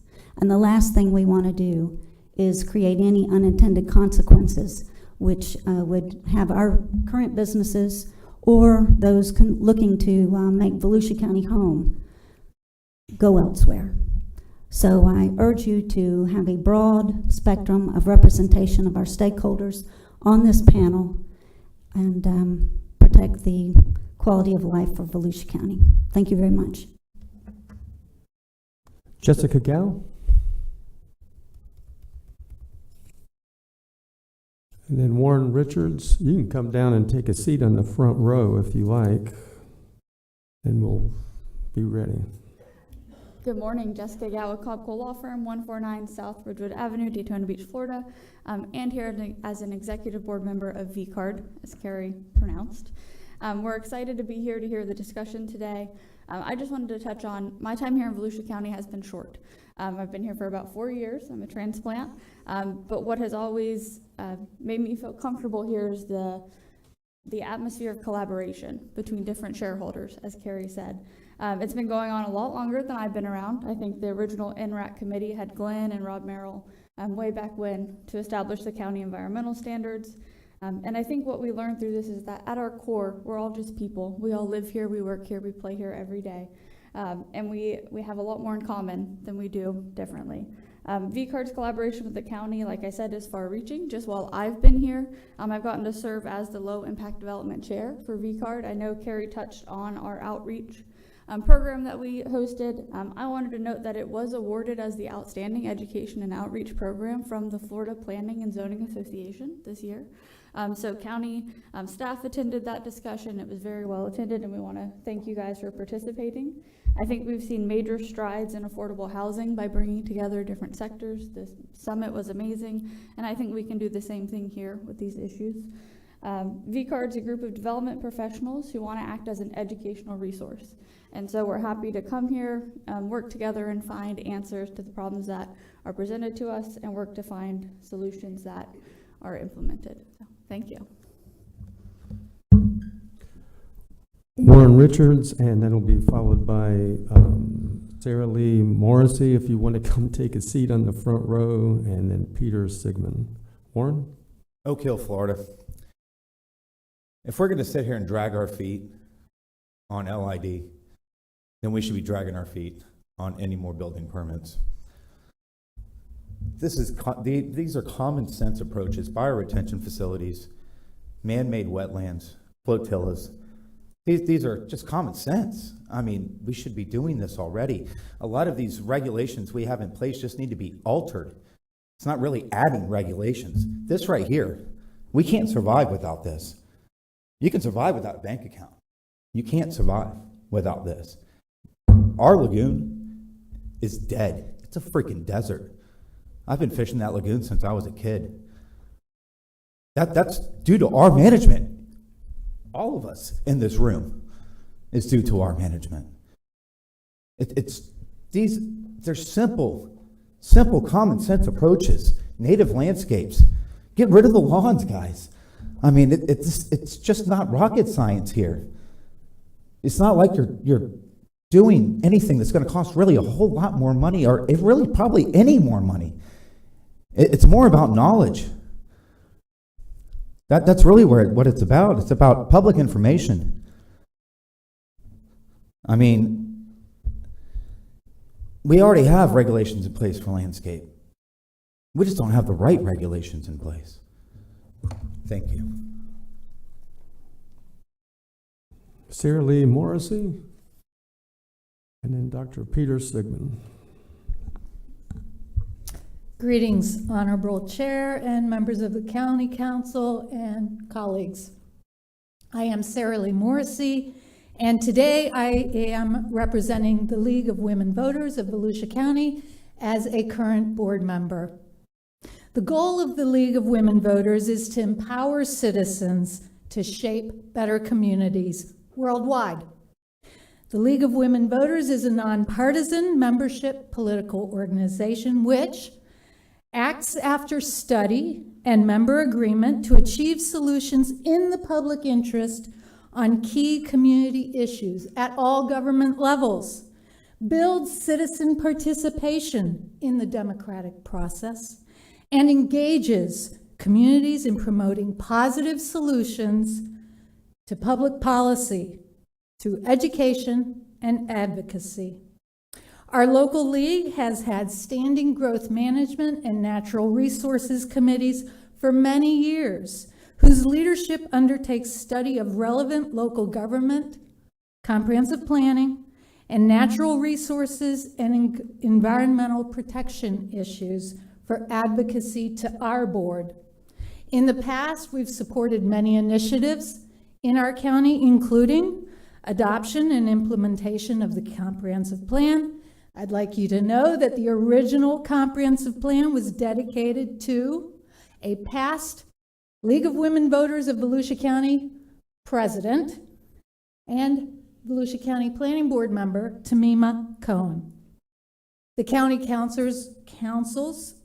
county charters, minimum environmental standards, and most recently, Volusia Forever and the Eco Renewal. In April of this year, our Natural Resources Committee presented our first in-person general meeting since the pandemic, which was a presentation on growth in Volusia and its cities, and it featured several attorneys, a civil engineer, and our colleague, VCARD Executive Director Carrie Carl, who we just heard from.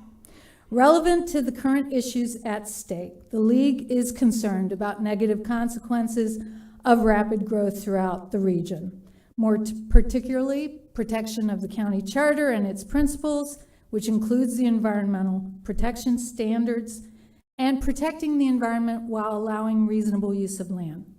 Today, we want to commend your staff on providing a detailed and informative workshop on April 12th, outlining the numerous issues which need to be evaluated and perhaps reevaluated and updated.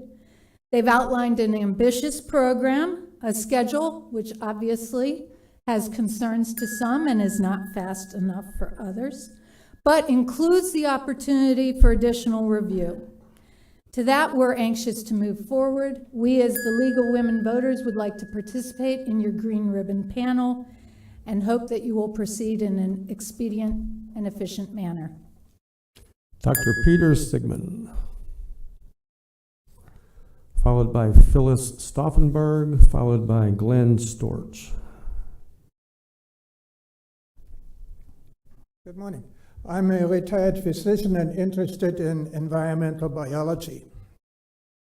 I'm going to argue for limited impact development or design and use an example. An example is the oak tree. The oak tree is a key species for Volusia County. A healthy oak tree produces a lot of environmental benefits that accrue to the entire county, not just to a landowner or a neighbor. It absorbs carbon dioxide, it mitigates the climate, especially the microclimate for underneath that supports native vegetation. Most importantly, it is a host plant for about 100 times as many insects than a palm tree would be, and twice as much as a maple tree. Consequently, it produces a lot of small larvae and so on that are food for the birds. And them not being there reduces the growth of new birds. Maximum impact development that I see now, the site development of many acres, removes all vegetation. It's bad for all kinds of animals and so on, but the oak tree gets totally removed, including its entire ecosystem, and will not be replanted because there won't be any space for it in the small lots, small cookie cutter developments, and so it will get lost. And it would be a great loss, and it will affect the climate, water management, insects, butterflies, birds, and it's a very good example for using limited impact development as opposed to maximum impact development. Thank you very much.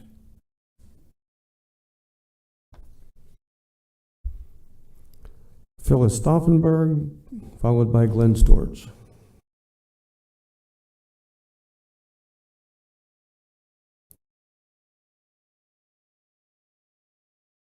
Thank you for allowing me the time to address the council this morning. The water. Thank goodness we are gifted with seasonal rains every year. And Florida being a peninsula built on a silt, we have tropical rains every year. That gives us a tremendous source of water. We also have Blue Springs that deposits 100 million gallons of water per day. In my research is what I am finding out, of which we use approximately 18 of that 100 million gallons a day. We also talk about the aquifer. The aquifer flows underground from Georgia through Florida, giving us an abundance of water. If in fact we have a water problem, why not does Volusia County go and speak to Zephyr Hills as a bottling distribution company and the amount of water that they use? The developers, it's been stated, and I've read this recently, and in the real estate term, we call it the topography. The developers are moving the topography around in Florida. It's been stated through the media that at some point, the state of Florida is gonna flood. That's kind of the Chicken Little concept. The sky is falling. We are not gonna flood. I would suggest that maybe we pay more attention to the infrastructure.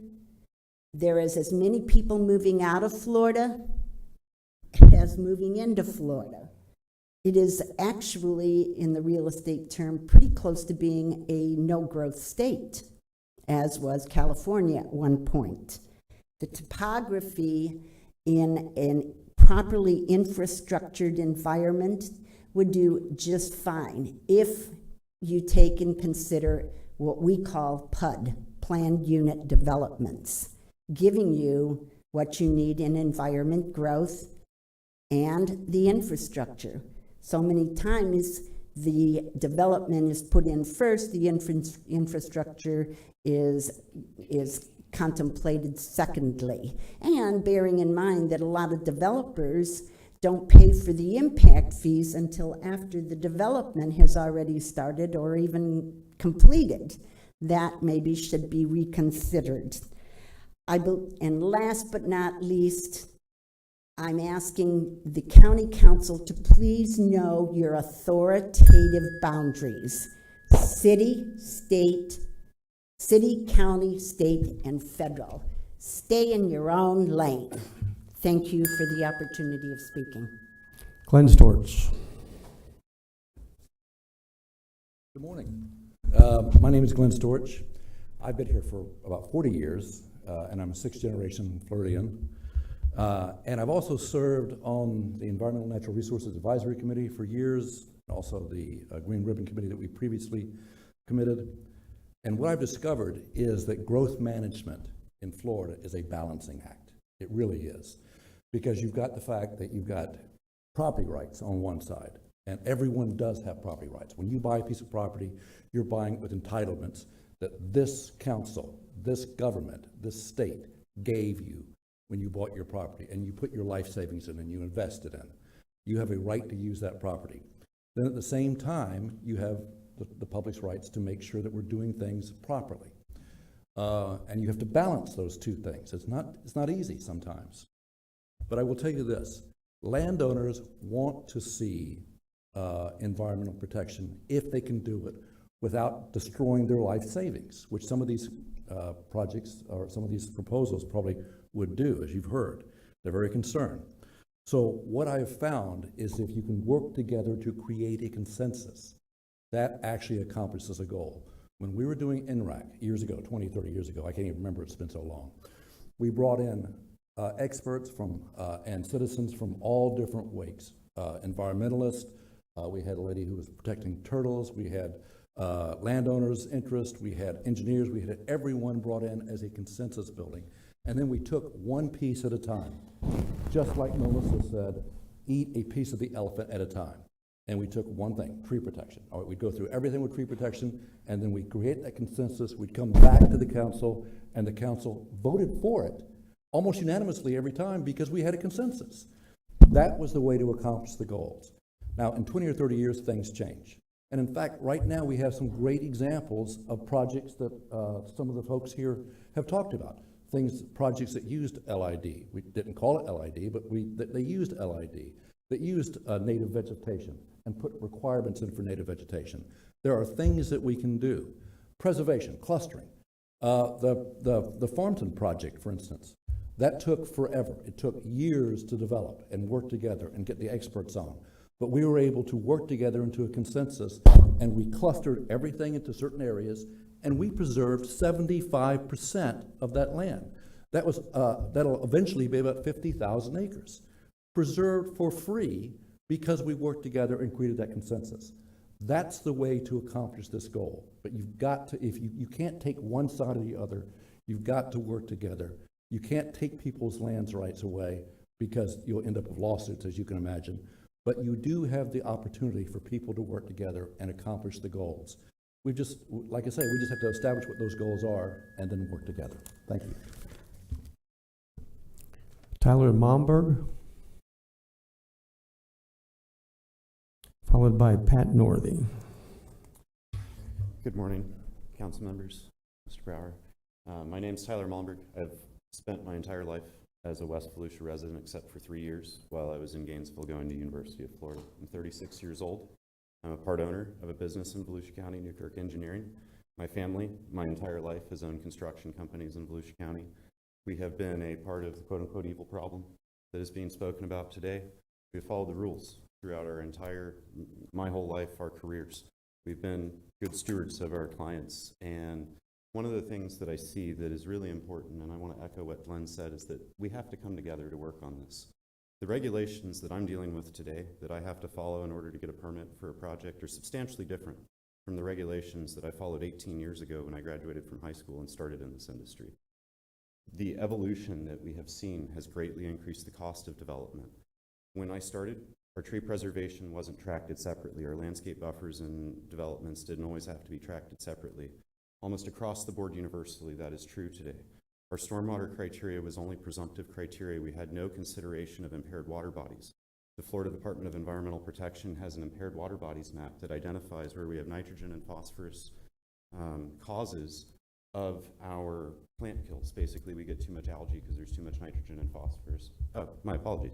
There's too much nitrogen and phosphorus in the water. Too much algae grows. We don't get sunlight. The plants die. It kills fish. We end up with an oxygen deficiency in the water. That's mapped. That science is out there. I'm required, if I have a development that drains to one of those basins, Spruce Creek Basin, for example, to show that I'm going to remove more nitrogen and phosphorus from the water post-development than what we had in an undeveloped condition.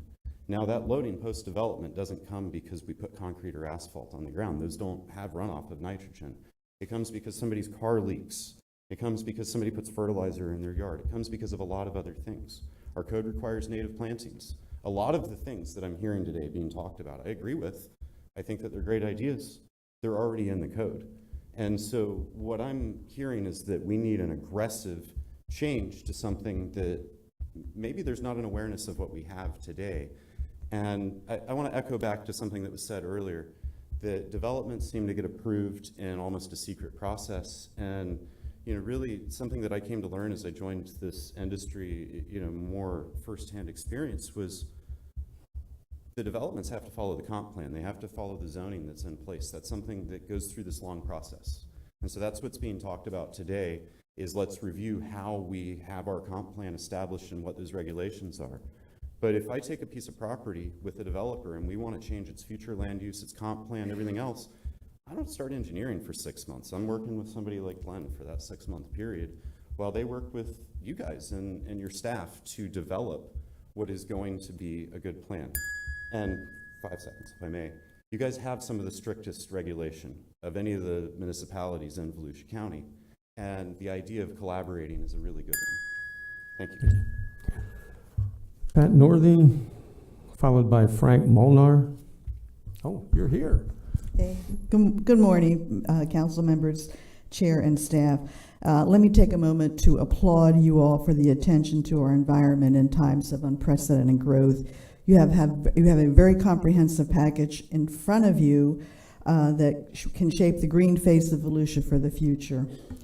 The staff has given you significant items to consider, and in doing so, they are telling you that they are ready to work on this package. This will be no small lift for them, and they deserve thanks for taking the discussion items of the April workshop and providing you a comprehensive opportunity to make improvement to growth, land planning, and the environment.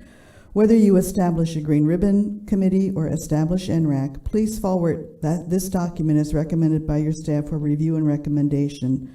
Please make that committee rich with a diversity of appointees that include not just the development community, but the green community as well. We are rich and knowledgeable folks who will bring their abilities to this. Please give them the tools they need and be sure the public is richly engaged in this endeavor.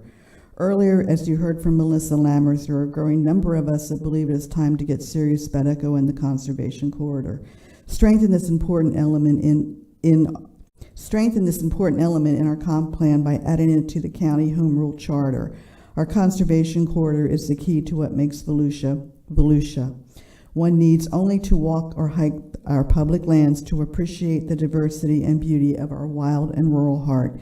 And finally, you have a 5-alarm fire today on the St. John's proposal to surplus lands, some in the conservation corridor.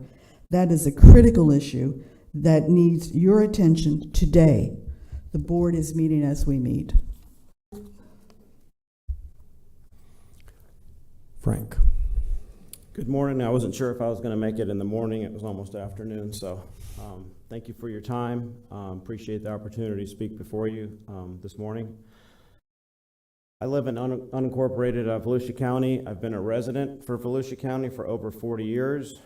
Volusia County has a lot of issues, like a lot of other counties around the world. As many of you are aware, we're currently experiencing the highest inflation rates in our country's history. To pass zoning laws that will negatively impact the creation of jobs and businesses in our community, this will have a negative impact on our county for years to come. We currently have some of the highest taxes in Volusia County that are paid every year. I'm sorry. At the beginning of today's meeting, the county chair made reference that today's meeting is to make our community better for all of our residents and our children. As many of you are aware, the #1 export for Volusia County is our children. For decades, the lack of high-paying jobs in our community has caused all of our children to move out of our community, to move elsewhere, to find jobs that they can support their families. I would love nothing more to see my children stay in this community, this beautiful community that we all call home, when they graduate from college. We're going to continue to grow as a community in the future. But let's raise our standards and focus our development efforts on our blighted beachside community, our struggling downtowns, and our midtowns. I would encourage the Volusia County Council to work with the cities to have tougher things in place in zoning to make this happen. Although that we've had a lot of growth in our county over the last several years, we're still one of the slowest growing counties in the state. Our future growth is projected to be one of the slowest in the state, according to Florida Trend this past January. Personally, I've spent my entire career trying to elevate Volusia County for its residents and its visitors alike, volunteering thousands of hours of my time. One of the committees I spent hundreds of hours, Clay was there, was the Beachside Redevelopment Committee several years ago. This committee was created to make recommendations to the county council and the cities that have property in our beachside. Since I stood in this exact spot several years ago, I'm not sure how much effort has been put forth by this council and the previous council members to make the necessary improvements to these blighted areas in our community. It's time to come together as a community, work together, and make Volusia County a stronger community for all of its residents. Thank you so much for your time. Jasmine Lincurtis. Sorry if I didn't get that right. Pretty close, huh? Oh, good morning, everybody. So this is my first meeting here. I've never been here before, and I have not partaken in any kind of this process in the past. But I did just want to give some feedback as a local. I live in West DeLand here. I own 1.5 acres of agricultural land. I have my homestead there. And just what I'm seeing in my area is a lot of development happening that personally is making my quality of life lower than it was in the past. Specifically like the Sunrail Development, or Sunrail Activity Center, it's called. Going into the whole spending of taxing and how a lot of times these environmental issues are not the best fiscal move. I saw in that plan that 80% of the road widening cost was going to be covered by the county, and the developers needed to pay 20% of it, yet where I live in unincorporated Volusia County, it's 100% of the homeowner's costs on that road front to repave their road. And at the same time, I'm seeing families of black bears being pushed off of this land, as well as some other species that are already marginalized. And just as a resident, I would really love to see some more protections going into, like I said, these already marginalized creatures. And yeah, thank you. Andy Kelly.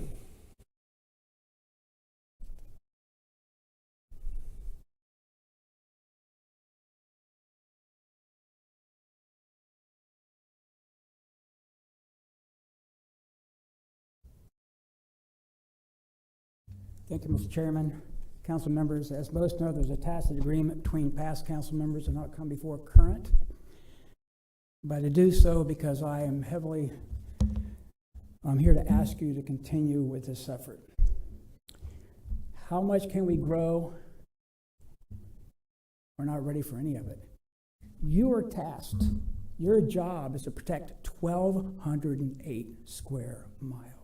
Not your own backyard, not one person's or another person's, but you have to see that the funnel all comes together to you. Not only that, but we have a water funnel. It's said we have a sole source aquifer. We need to direct all of our water to that sole source. The LID projects, the proposals will do that. As to the landowners that are concerned that their property rights being taken, when you bought the property, you bought it with that zoning. Nothing's being taken from you. We have to consider that there will be additional costs to those properties and to those who are investing in properties that already have existing zoning. If you're paying $1 or $1,000 for whatever you're buying, tax deed or otherwise, you're hedging a bet. But then you want to come back before council and ask for a rezoning, an upzoning, a density zoning, and get $1 million out of it. You're tasked to keep our county together, to keep our county beautiful, and I ask that you move forward with this. Thank you. And the last speaker of the day is Suzanne Schreiber.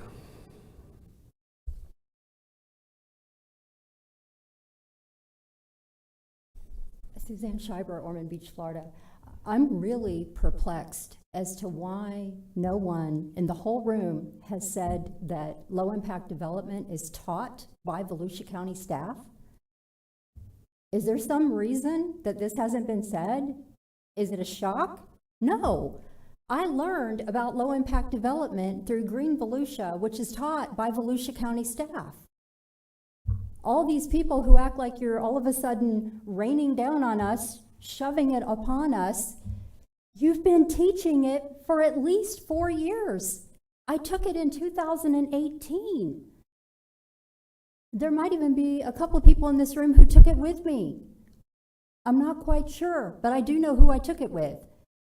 So for it to be some surprise and all of a sudden we have to take a whole nother year, you've already been teaching it for 4 years. As a matter of fact, Kelly McGee covers it in Save the Lagoon as part of the Green Volusia program.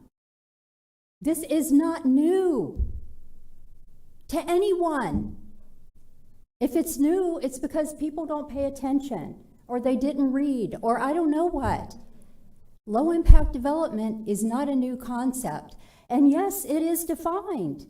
It is not some gray area. I went to lunch with Mr. Storch, who was in the audience about 2 to 3 months ago. I sent him the link afterwards. And he got back to me, and he let me know that there are some of the things that he didn't realize. They were called low-impact development, but they're being done. But this is not some shock and awe. The county has been teaching this program. Thank you.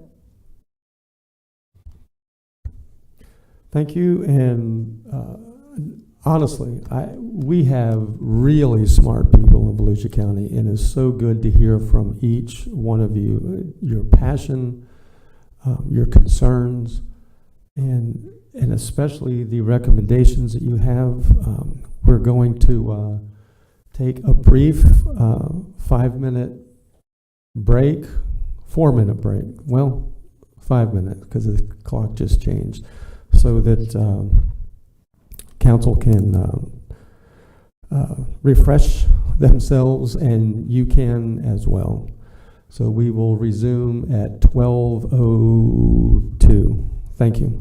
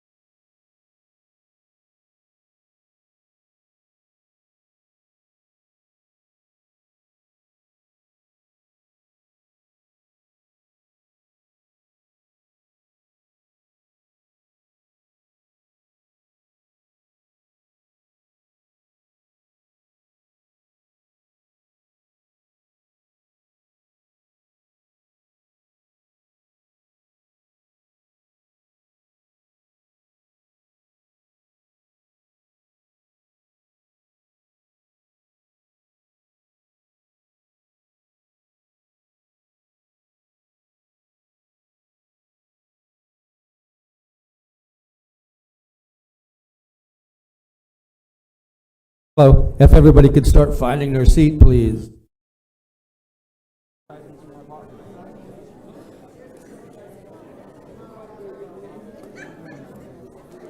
What's the guy with the? How are you doing today? Joe.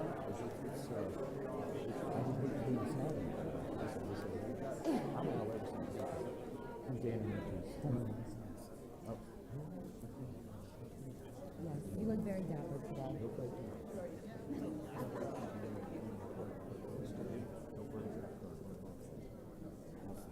Oh, one is fine.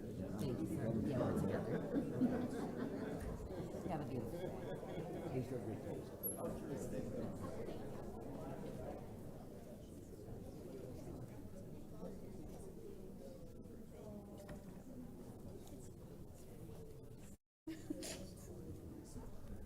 Okay, so we're a little long. Hopefully that gave everybody some time. So let me tell you what we thought we might do here. Again, this is so encouraging to have this many people out here. We're trying to be respectful of your time, who have already spent the morning into the afternoon for this meeting. We're going to go till about 1 o'clock, see what we can get done, and then take a short lunch break so if y'all want to order something in the area, we have the best restaurants in DeLand, so you can find something good to eat.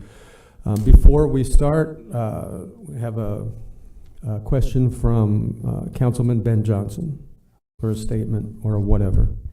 It's a something. No, we've heard today from somebody out there about the St. John's Water Management District coming up this morning with something on their agenda we knew nothing about, and Pat and Nora, they just showed it to me. And apparently they're trying to surplus some land from different organizations or different areas in our county that are already protected.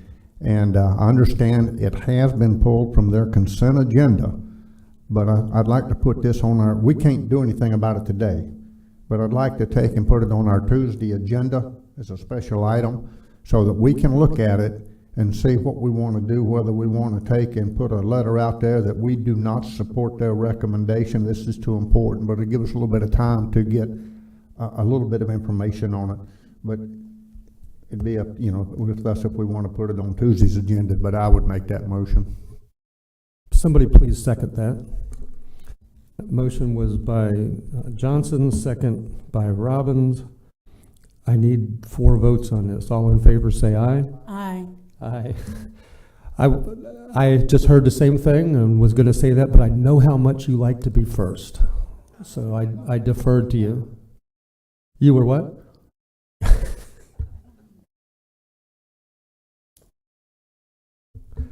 Can we get that on the agenda, George? Okay. Good afternoon. The first 2 topics that we're talking about are pertaining to the planning division and building division items that came up in April 12th. Within the planning world, one of the critical things that we have is our evaluation appraisal report, and that's the first item up there. Your staff identified a desire to do a public outreach, basically going to all the council districts, meeting with the cities, meeting with the residents to go over what is currently identified within the unincorporated area within that, as well as any kind of countywide or any kind of other standards that would be applicable in the comprehensive plan. We feel that this is a worthwhile effort so that way we achieve our intergovernmental coordination goals. We also ensure that we're addressing concerns from the residents.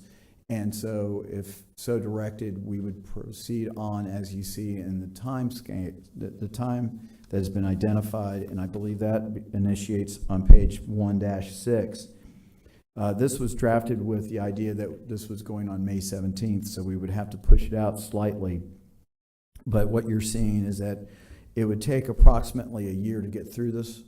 What happens is first staff has to go through, update population projections, update our maps, go through all that. We've been doing a lot of that, so we're already ahead of the curve, but it is going to take a little bit of time. Then it would be making contacts with the local governments, making sure that we're coordinating a time so that we can do this. Again, these would be at a time convenient to the public, and we would go through and garner those comments, bring them back to the Planning and Land Development Regulation Commission, and ultimately to the County Council as part of our ear-based amendments for the future land use element. So is this something that the County Council wants staff to proceed with? Somebody make a motion I'll make a motion. that we proceed as presented on their schedule presented. Correct? Yes, this is Just for the plan. What we're hoping to do is, as I said, there's approximately 39 items in these spreadsheets.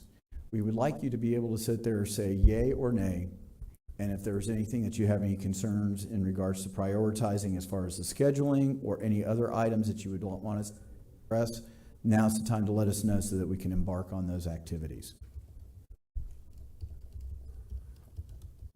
And the schedule is on 1-6. Can we put that up so the public can We see can it? try. Unfortunately, this is it's hard to see, I'm sure, out there, but what you're seeing is this is trying to get down into the individual tasks that we have to do. So we would have a facilitator, we would do data collection, then we would do a series of outreach. Then once we've gotten the comments from the folks, we would do a feedback loop to make sure that we're going back out, identifying what people made comments about, showing them how we've made the changes, and bringing that back after all of that process back to the Planning and Land Development Regulation Commission and ultimately to the County Council.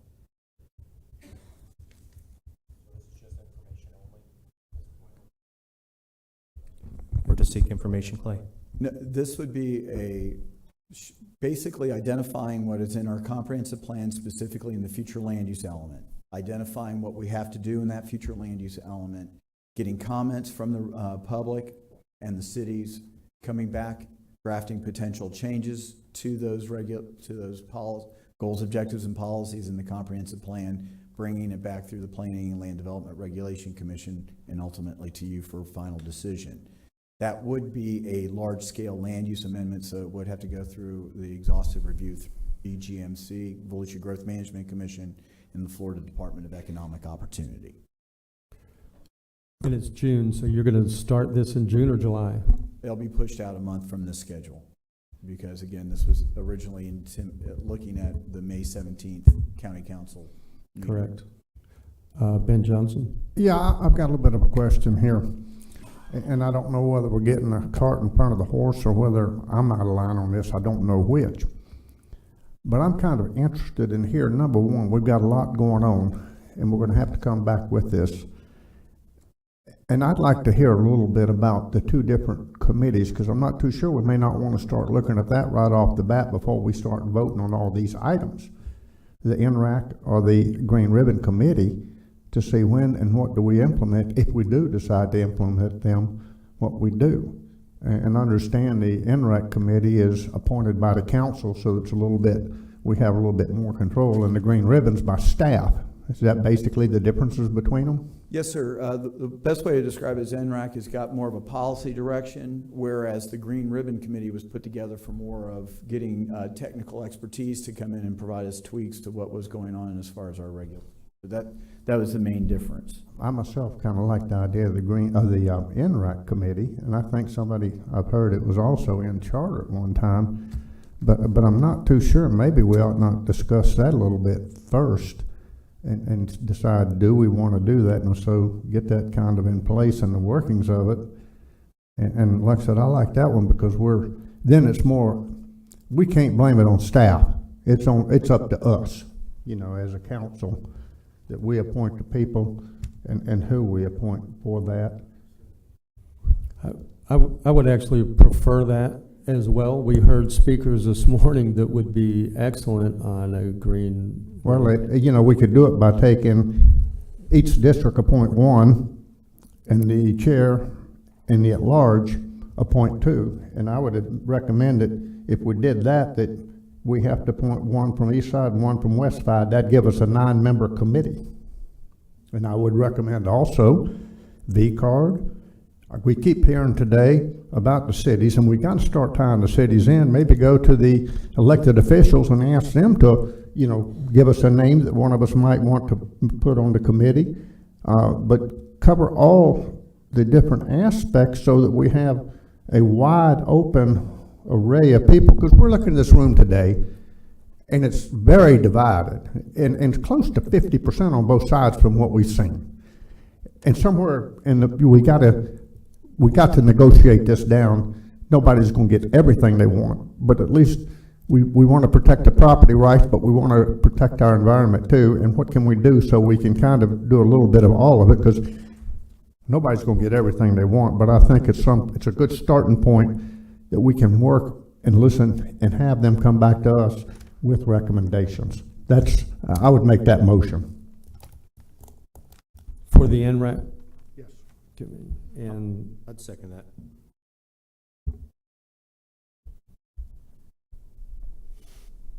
I'm going to try and make this clear for you so you can, so the motion by Johnson, second by Robbins, is to decide now to go with the NRAC committee appointed by county council members, each council member having one appointment at large and chair having 2 appointments, which is normal. We're not taking a privilege for the chair or the at large. That's generally how we do it.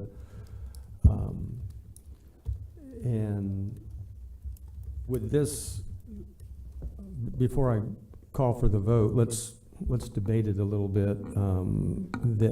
I'm curious if you're thinking this would take the place of the green ribbon panel.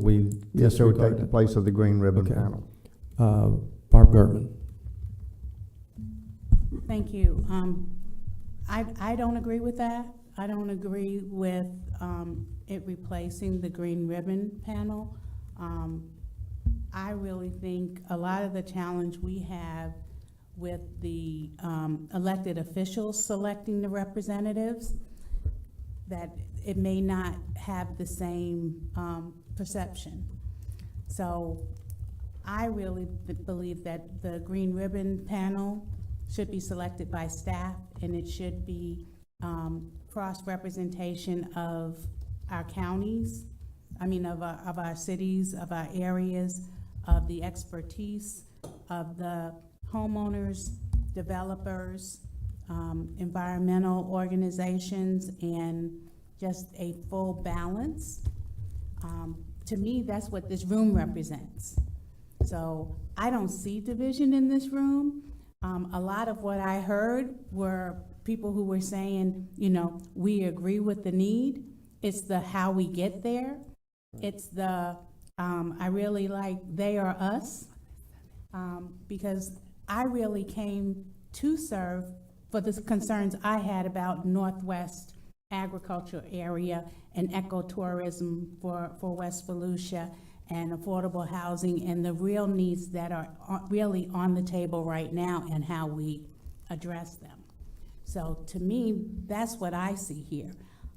And I think if the council is the one selecting, and it's going to be one or the other and not both, I think we're setting up a negative.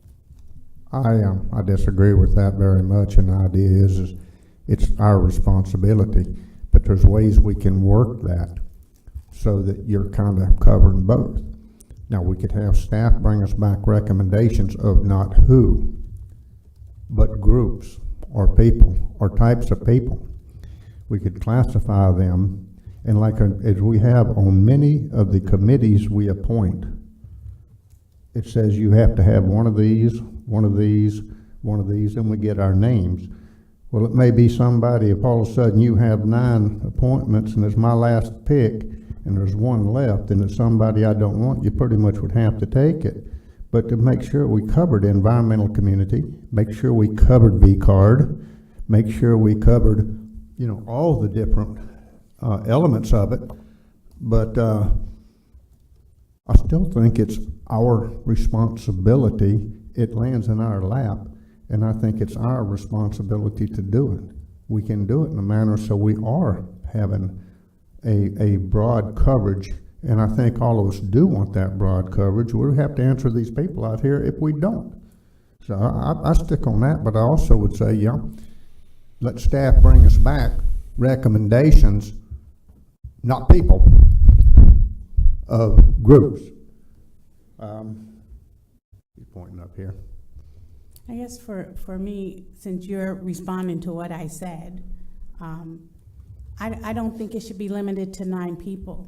I think if it's a green ribbon panel and there's certain areas that need to be addressed, then staff can determine who they need to participate in that. And if it needs to be broader than 9 people, if it needs to be different, they can manage that better than the 9 people that we're establishing. And I get 1 appointment. There's a lot of people in District 1 that are landowners, developers, you know, environmentalists. And again, it depends on what we're trying to target. So we're not a one-size-fit-all county, so I don't think that every issue can be approached in that way. Well, I stand on my motion. Yeah, Danny, before I speak again. I kind of see both sides to this. You know, I like the aspect of the application process where you can see the background of the individual, qualifications, their walks of life to ensure diversity. But the main reason why I like this is it doesn't allow government to typically pass the buck. And our people, the constituents, will be able to hold us accountable. And that's what I've been hearing since January 7th of 2020 is more accountability within our government. This does it, you know, and I agree with the NRAC as it stands, nine members. I mean, that's quite a bit of members. It's 2 more than what we have. So, you know, and we're a pretty diverse group. I can guarantee you just by the show in the audience, we're going to have a lot of applicants, qualified applicants from all aspects, you know, in all angles. So I have no problem with NRAC. I only, you know, I'll stand where I am. Thanks. Yeah, it's a good point, Barb, and like Danny, I see it both ways. I think, you know, if we let staff appoint their own people, they're going to get criticized for they pack, you know, their court. And if we pick people, there'll be some that criticize for that too. I want the public involved, especially after hearing the people this morning. I want to be able to bring some of these people together to have input. Clay, if we do this, does it stop you from reaching out to other good sources for information? No, sir. I mean, basically, whatever venue you go through, be it a staff-appointed or council-appointed group, those will be public meetings where the information is available out to everybody and everyone would be open to attend. That's the whole point behind the committees. I can tell you, as in prior life, when I served on one, that was the primary goal, is that you bring together whoever you're targeting to help make the decisions so that you can go through, look at what's been done in the past, look at what's available right now, and come up with the best recommendations for Volusia County. So regardless of whether staff or council appointed, we can work with to ensure that there's inclusion and opportunity for everyone's comments. So it's not an either or. This is part, Green Ribbon could be part of your public outreach. True. We could have both if it didn't slow the process down to a crawl. And the county attorney may be telling me that that's not true. You want to speak first, or is it Paulo or Michael? Sorry, I didn't have my mic on. What we could do, if it's acceptable to make the motion, is, well, all your boards are established by ordinance or resolution, so we bring back the resolution if this motion passes. On this slide, what I did here is you had intended a 9-member committee. This slide suggests some qualifications. If you want them to serve, you do not have to have them, but that's certainly something you could hash out when you have the resolution brought back before you, if you direct us to proceed. What slide are you talking about? the item 1 slide there. Okay. Yeah. And those are optional. I mean, you would not have to have those, but you could. Okay. Ben?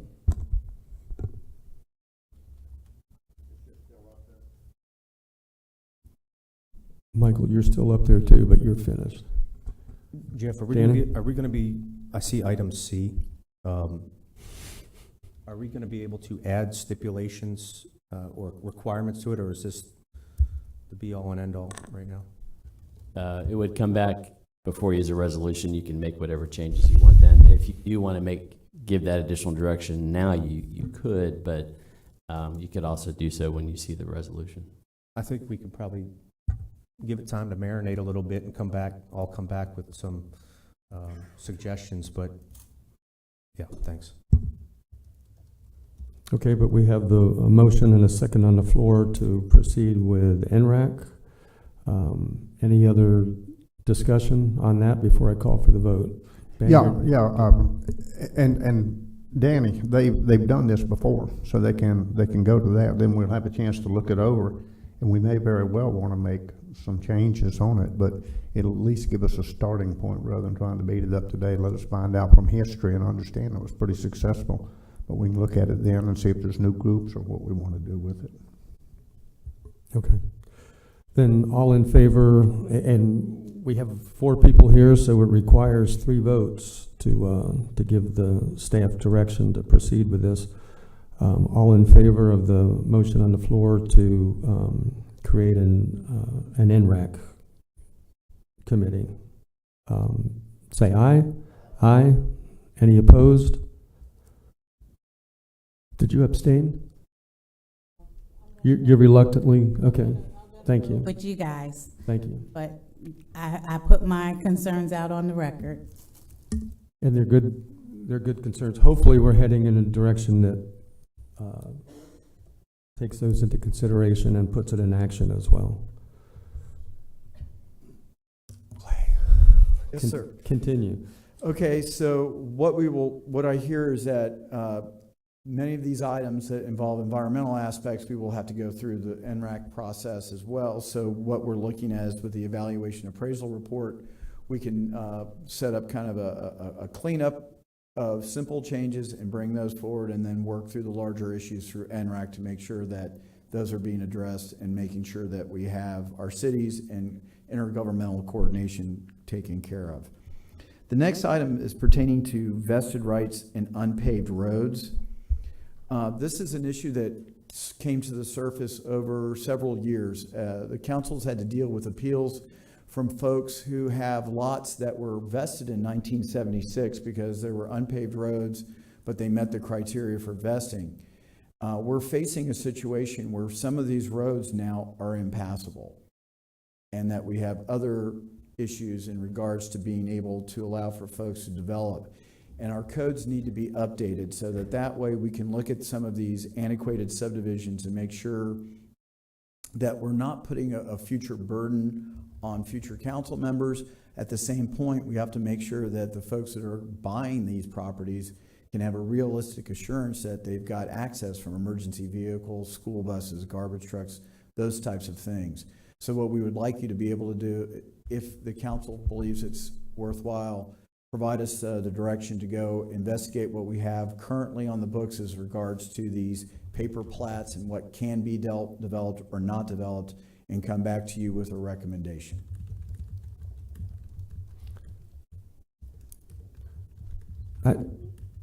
Go ahead, Danny. I'd be in support of that. And just so the audience knows, for undeveloped subdivisions, you're talking about like Daytona Estates or Daytona Park Estates, Ranchette, Samsula Drive. Yep, your Cape Atlantic Estates, anything on Howell and Courier, anything within the unvested areas of Daytona Park Estates. There's some other areas just north off over by Blackwelder on the west side of 11. So there's, what we're seeing is that the 20s, 30s, 40s, and 50s, there were a considerable number of subdivision plats recorded, and that when we put in place our 1976 subdivision regulations, there was a way to determine whether or not they were vested or not. There were some that were vested with dirt roads. They had 25% of the lots were developed and had been marketed. So there was some very good ground truthing in 1976. Some of those things may not hold today. And what we're seeing is because of the real estate market, people are desperate to find affordable land. So they go out and they find these old subdivisions that they can buy a lot for a relatively low price, but there's no dirt, there's no roads, there's no stormwater, there's no utilities. Access by emergency vehicles or school buses is virtually impossible. So we want to be able to go in there and address those so that that way those in the public are not buying something and then finding out that they can't develop it. I understand. I just want to make sure that, you said something very important, it's affordable. There is a lot of land like that that is still somewhat affordable when you compare it to something else. Now, if we're going to be taking regulations and allowing these folks to utilize that piece of property, I'm for it. But if we're going to impose more standards or sanctions where these folks can't use it in the future and it's not, has zero value, I don't know if I could support it at the time. That's why I just needed some clarification. We'll bring back the recommendation. And so at that point, what we're looking at is we want to make sure folks we're respecting the property rights.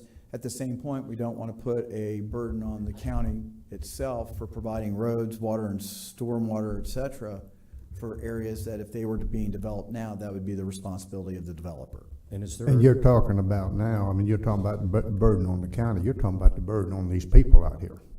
Understood. When something else comes in. But is there a waiver or anything? And this is just what We don't know right now. Let us go ahead. Okay. It's primarily investigating what we have out there, identifying what are some viable alternatives and coming. Sounds good. Let me complicate it a little bit more. How will this affect people that have already gone out and bought affordable land where the roads are private and they have to maintain it? And the county is confronted with this issue all the time, and we have to weigh, the extra cost to the county to go grade the road or the safety of the person that lives there who bought it knowing that it was a private road, or maybe they didn't know. Does it affect any of those? Those will be included in the analysis so we can identify what those are out there. And right now, if you have a private easement that is maintained by the residents, that's not a county obligation. And if it's met our vesting, we can continue to allow for permitting.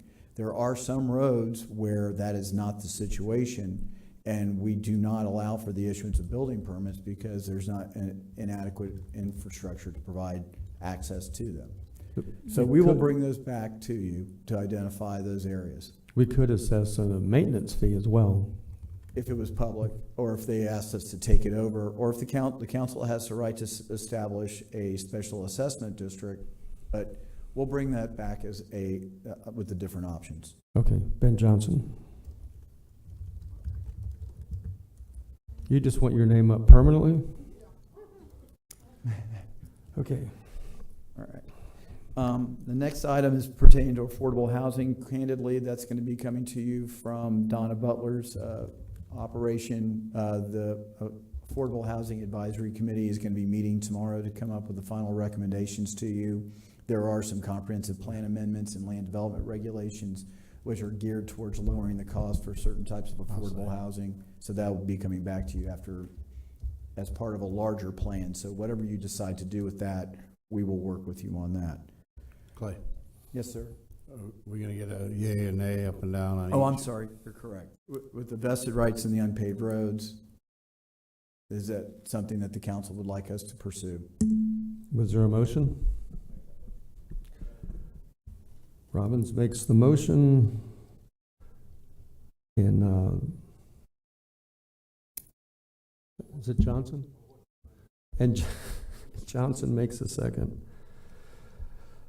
Y'all see how confused he is with 4 of us? You ought to see him with 7.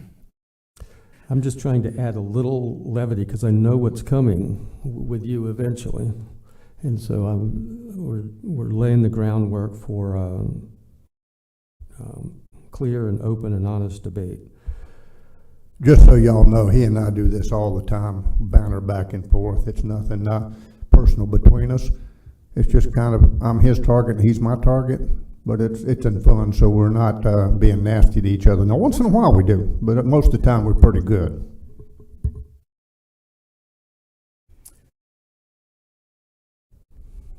Are you ready for the vote? Certainly. Okay. Okay, all in favor of the motion for vested rights to be brought back by county staff with options to consider, say aye. Aye. Any opposed? And that motion carries 4-0. Okay. We need a motion for the evaluation appraisal report to go as, apparently that was not. Appraisal report. I thought I had Johnson making the motion and Robbins doing a second. Okay, which one are you talking about? The evaluation appraisal report for us to go out and have a public outreach to the cities. Okay. We have that one. We did get a motion on that. It passed. Yeah, it passed. Yeah. So we're on to the affordable housing. Correct. And so the affordable housing, we would just ask that you basically tie that to what your final recommendations on the affordable housing plan coming from community assistance, so that way we follow up on those recommendations. And that's next council meeting? I believe it's the 19th of July. I'm not certain.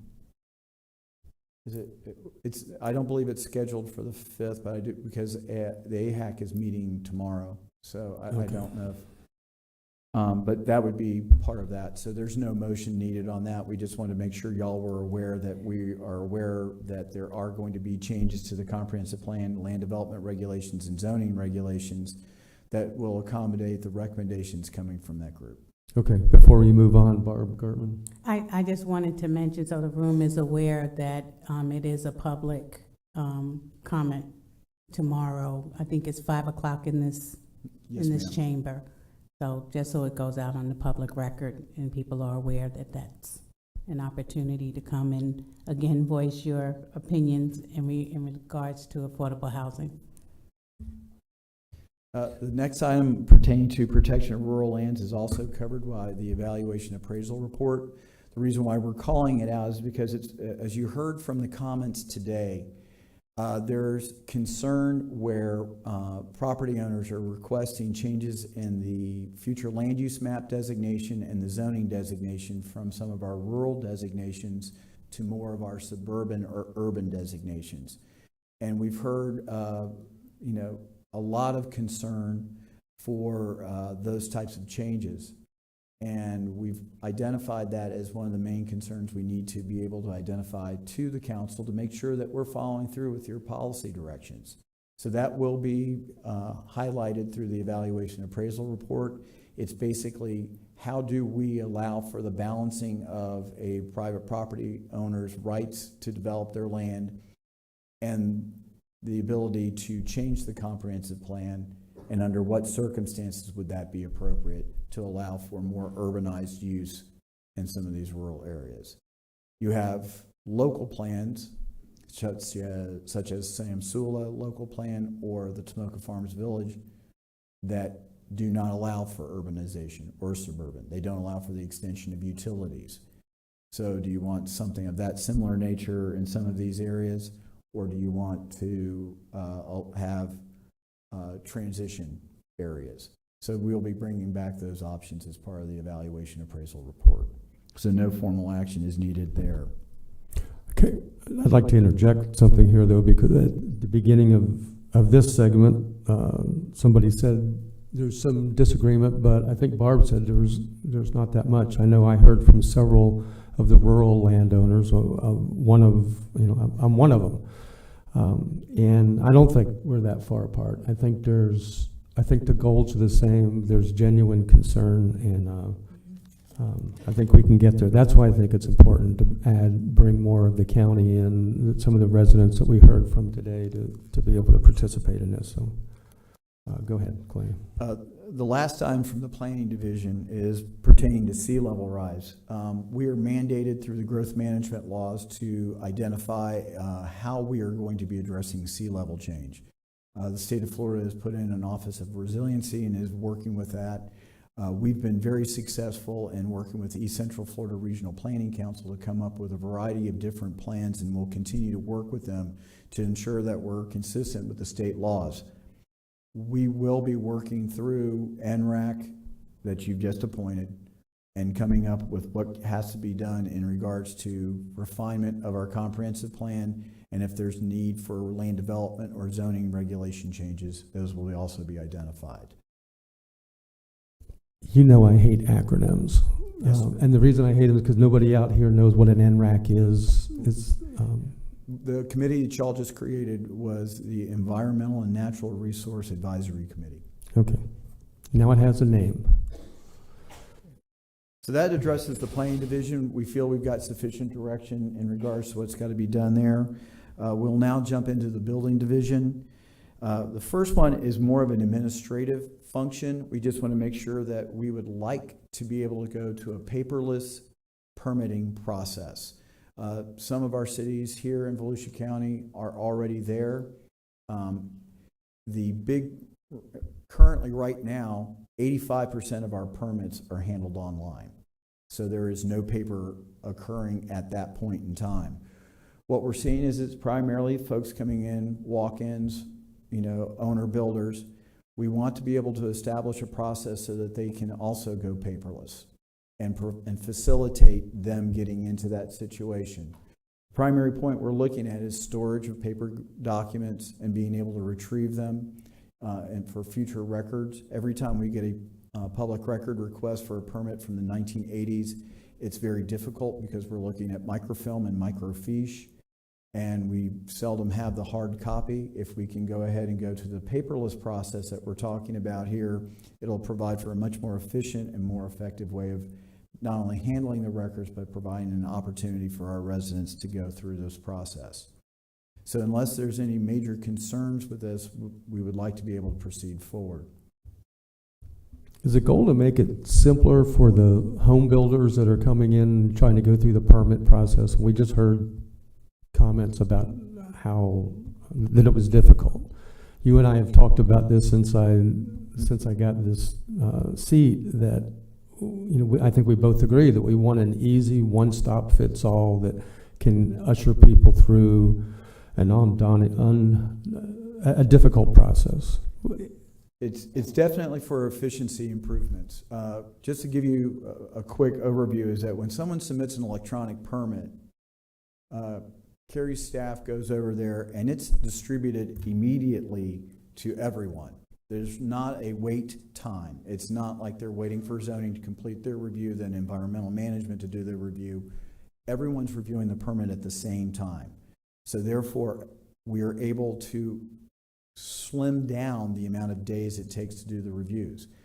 Candidly, we've just had record numbers of permits and applications that have created the backlog that we're experiencing. There's no ifs, ands, or buts about it. We're just dealing with a lot of applications coming through. So we hope that this continued effort to improve the efficiency of the processing will help eliminate some of those delays. It will be a learning curve for, old school folks who are used to coming in with a paper permit and handing it to somebody. We will make sure we have those accommodations for training, education, and providing accessibility to the electronic process. Good. And really, to be fair, I think the complaint was less about process and more about the number of mandates and requirements that they had to get through. Ben Johnson. Yes, being factual about it, we have some people that may come in that way that aren't capable of doing it that way. Do we have volunteers or people that can help those people? The goal is the county staff would be there to provide the accessibility to both the technology and then education on how to do it. So possibility maybe looking for some volunteers to help them walk through it? No, that would be part of our permitting center staff's requirements, that if you came in and you had your paper documents, they would show you how to get it done, how to get it submitted electronically right then and there. Okay. Barbara Gerton. Thank you, Chair. Does our criteria differ that much from the cities? That they said that our restrictions are much tougher, or how do we align? Because it would really be helpful if there was a way to match up in the areas that we can, to alleviate somebody that has to get both county and city permits, and just have a better flow of support. Because the response is that it's much more difficult to get through the county when it comes to permitting. So if there's some education that could be put out there to help people better understand why that would be the case. Mm-hmm. And again, if we're talking about a building permit as opposed to a land development permit, so land development is your subdivision or your site plan. In regards to the building permit, every city, every county in the state of Florida has to implement the Florida Building Code. So that's going to be the same regardless of what jurisdiction you go to. The difference will be in your zoning, and right now, there are no permits that are required for someone going into a city to get a building permit, except if they are going to be accessing a county road. Then they have to come to us for a use permit for the driveway. Otherwise, it's all 100% within the cities. The only thing that they have to do is they have to pay their thoroughfare road and, if applicable, school impact fees prior to issuance of CO. Those are the only items that Volusia County touches for a building permit in the cities. In regards to our standards, there are county-wide minimum environmental standards that pertain to preservation and protection of trees and wetlands. The things that Volusia County has that the others don't is pertaining to the gopher tortoises. We have an ordinance that requires us to go out and conduct a site inspection to verify if gopher tortoises are on the property and to establish what has to be done to protect them. We also do that for wetlands, and we also do our tree preservation. So those should be carried out also by the cities. So right now, I would say the only thing that I'm aware of that we have above and beyond would be the gopher tortoise protection standards. Okay. And currently, the other challenge is just staffing, which is affecting everybody across the board. Yes, ma'am. If it's recent challenges. Okay, thank you. Alrighty. In regards to the Amanda inspection application, again, this is more of an informational item. Did we get a? Oh, we don't. Yeah, I'm sorry. Is there any concerns with the effort to go paperless with all applications? I'll make the motion. Motion for paperless by Gertman, second by Robbins. All in favor say aye. Aye. Any opposed? There is none. Motion carries. The Amanda inspection application does not require a motion. This is one where we're providing this for your own information. We've been able to work with Granicus, who is the owner of Amanda, to come up with an improvement to our building permit inspection applications. So what you're going to be seeing is that real-time approvals, real-time denials, communications, real-time between inspectors and contractors. The whole goal is to make sure that we realize time is money for these folks that are out there in the field. And so we're trying to improve our communications. And so then that way we can improve how efficient they run through the system. So that is being initiated as we speak. We're working through the bugs, making sure that the inspectors they have either tough books. We're also looking at trying to utilize iPads or similar type of devices so that way we can be much more efficient. The inspector plans reviewer apprenticeship progression plan. Again, this is not anything that requires a formal motion. It's again just notification, because one of the concerns we heard at April 12th was, are we able to keep up with the staffing? And Ms. Gertman, thank you very much for bringing that up, is that even today we're facing the fact that our chief plans examiner has resigned, and so he's got a new position. So we're going to be recruiting that for that position. We see that Being able to grow folks from our own operation provides us with a greater resource. So we're looking at trying to maintain this apprenticeship. It's something that the Building Association of Florida, Building Officials Association of Florida, and others, specifically like the Florida Building Commission, has identified. The big thing that you have is that if we were talking 20 years ago, 30 years ago, you could get multiple certifications. Nowadays, being able to get multi-certified takes a considerable amount of time. If we can facilitate that through our own staff and provide for incentives to go through the ranks, that's how we feel that we'll be able to make sure we have a commitment of long-term employees and be able to help out with that. And our chief plans examiner's got a great job. We understand why he has to. He's doing a good job, and we're sorry to see him go. And then lastly, the Amanda training program. This also does not require any action, but it's basically part of our informational outreach. Prior to COVID occurring, we worked with VCARD and VBIA to make sure folks knew how to utilize our online services. Connect Live is the name of it currently. We're working to improve that, to make it a customer portal, and we will continue to do so. Now that we have greater latitude and able to meet live and do live trainings, we'll once again reinstitute that. That takes us through planning and building. If we're looking for a break, now would probably be the time, because we are getting into the environmental discussion. So if the council wants me to dive into environmental, I can do so, or do you want to break at this point? I just had a quick question, if it's okay. Sure. Clay, I know we've all been to like a car website, and something pops up and says, "Hi, I'm Amanda, can I help you?" Do we have anything like that to help get our people, or is that something we can look at, or is that even out there where we can apply that to our...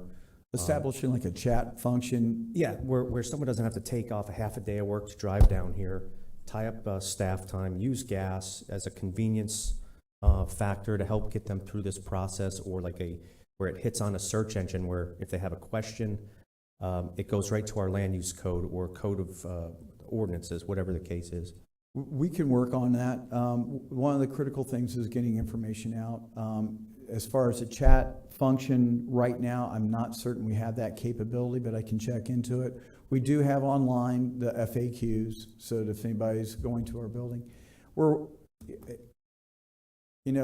governmental websites can be very, very confusing. Cumbersome. And very cumbersome. We're aware of that. We're trying to refine it on a daily basis to make it such that the amount of clicks to get to some of the simple information are greatly reduced. So again, we hear what you're saying, we hear what our customers are saying, and we're trying to improve that.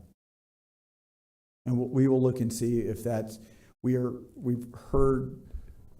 aware of a new product called the Customer Portal, which will improve over our current Connect Live capabilities.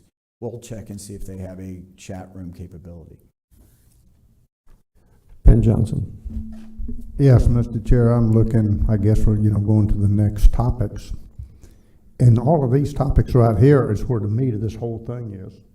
And I think we're just beating our head against the wall to go into these today, because this is the stuff that's has to be evaluated and debated by the NRAC committee and brought back to us. So I would make a motion from here that we take and work on as quickly as we can, getting the committee put together and give these to the committee, let them bring the report back, because I don't think there's anything here we're going to take any action on today or should take any action on today. It's what we voted on earlier to let our advisory committees bring back to us. So are you asking that we table the rest of the meeting?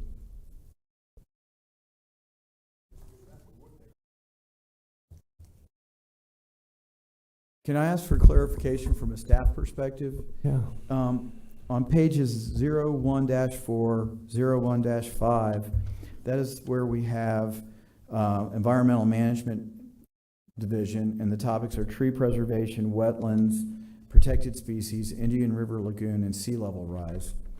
These would be the items that would be brought up and discussed with the NRAC. So you're saying keep all of these and bring them forward for review to the NRAC? I would bring it to them and let them look at it and evaluate it with the people giving their advice to it on the outside, rather than us just wipe it out right now and then let them bring it back to us. These are all topics of importance to somebody, and let them kind of work and see what do we need to look at or when, and start picking off the low-hanging fruit on some of it, and they can bring it to us quicker. But as it stands right now, I wouldn't do anything with any of this.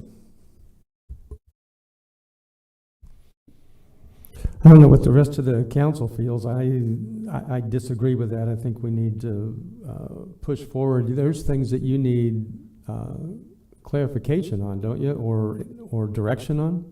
Well, actually, no. If he says, if the motion is to go ahead and bring all of these forward, then we've got those programmed in the process, and we would basically go forward with them. The thing that we were looking at was if there was anything that you wanted removed, candidly. So if I'm hearing that none of these items are being removed, then we know what we've got. If, however, the council wants to add or subtract, that's really what we were looking to see. But Clay, I would add, though, that if you're going to go down that road, that the committee could also recommend that they don't go forward either for whatever technical reason or what they found from listening to the committee, the community. Because I wouldn't want to put this to the committee thinking that they had to act on every single one of them if there's some that they don't necessarily feel were correct, and then on top of that, they may come on to something else that you didn't talk about. Could they have the ability to add that? And I totally agree with that. I mean, that's kind of what I was envisioning, if they see something here. But the same token, if something comes up in the meantime, it should be a living, breathing item.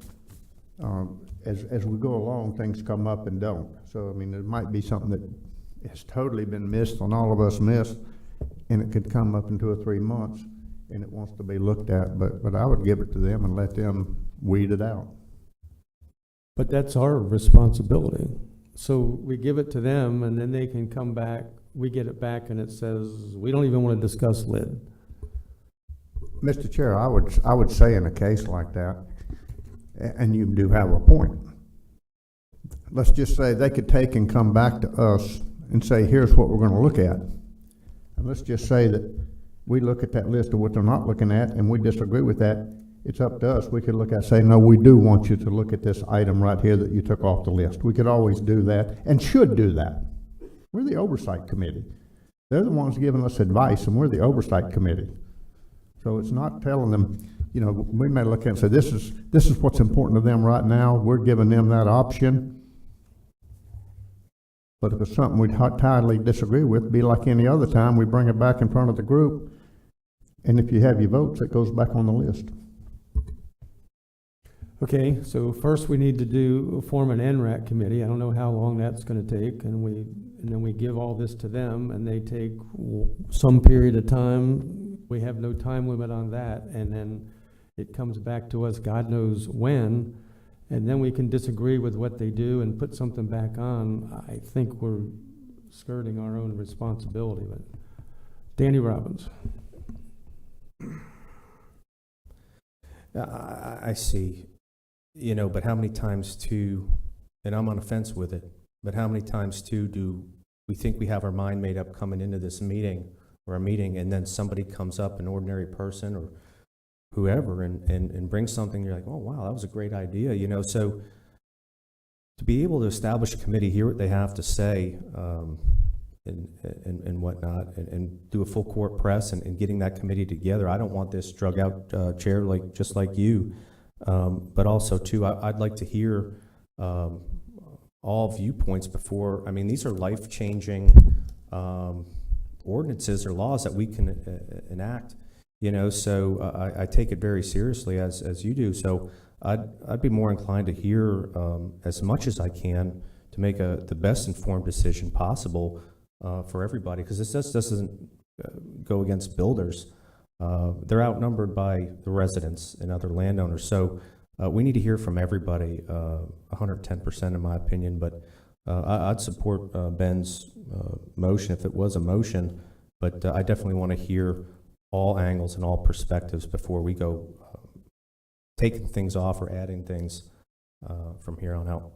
Okay, well, that's that's different, and I agree with that. My only concern is that it goes to them and then it comes back with things taken off that we need to discuss. And the reason I voted for NRAC was that we do need to hear from the public, and I want to hear their concerns and some of the guidance that they offered this morning, some great ideas.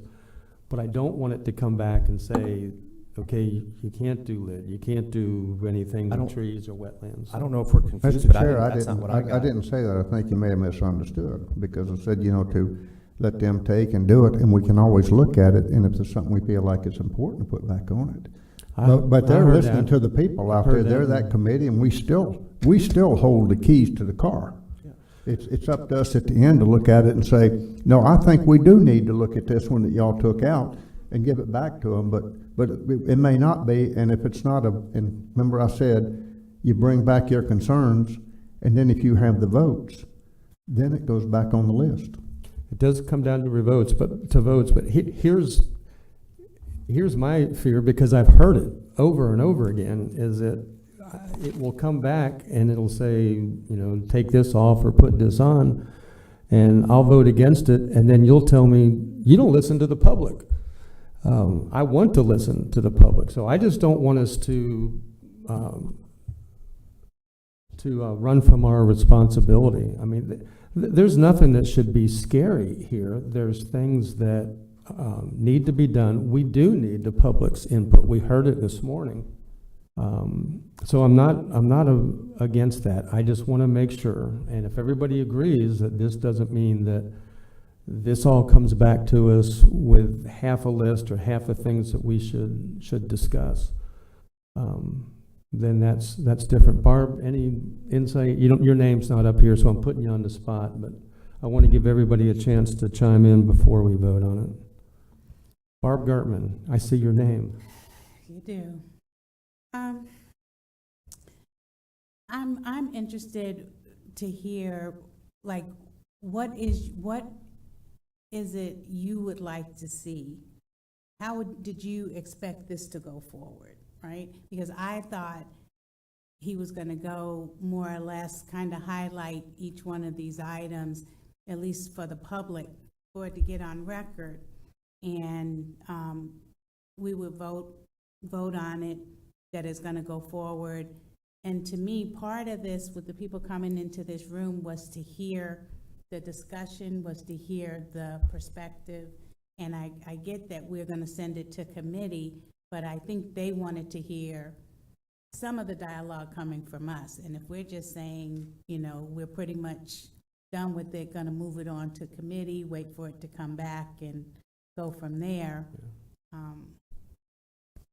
I just think there's some things that we could be discussing once Clay represents it to us, that it triggers some thoughts and some ideas now that the public would like to hear, like now, while they're sitting in the audience. So, that's my perspective. I think that's mine as well. See, I knew that. That's I knew my that. I concern. just had to put him. That would also spark just our initial thoughts, and we're not hearing some possible misinformation. I want to hear what Clay has to say as well. I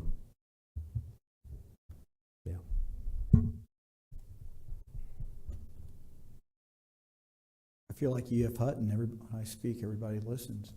Yeah, I'm thinking. So, do you want me to start? Yeah, let me just ask a quick question. I think I already did, and I think you answered it by saying no. There's nothing on the rest of this list that you need direction on today. See, I thought we might today get rid of some things that or at least we'd hear some discussion, so that when we form NRAC, they know what the council's thinking, and then they give us their feedback, but. Again, what I'm hearing is that I should go through the list, identify what was created behind the discussion, and then that way, if y'all want us to add it onto the agenda for NRAC, we will. Okay, well, we haven't voted on it yet. There's a motion on the floor to turn this over to NRAC now and let them bring back their recommendations. Is that a fair assessment of your, did you second his motion? I'm about to, and I'll tell you why, because Okay. it conforms with everything else that we do in terms of even with staff recommendations, other board recommendations before we make a determination to get rid of something or keep something. So that's kind of where I'm at, is consistency with what we do. I stand firm where I want to hear all aspects of this, but also to keep it within process and conform how we do things everywhere else. So yes, second. Okay.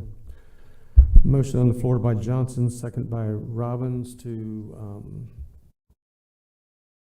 dispose of the rest of the debate and give it to NRAC to, once that is appointed, to bring us back their recommendations, at which time we can add, subtract, or take whatever action we need.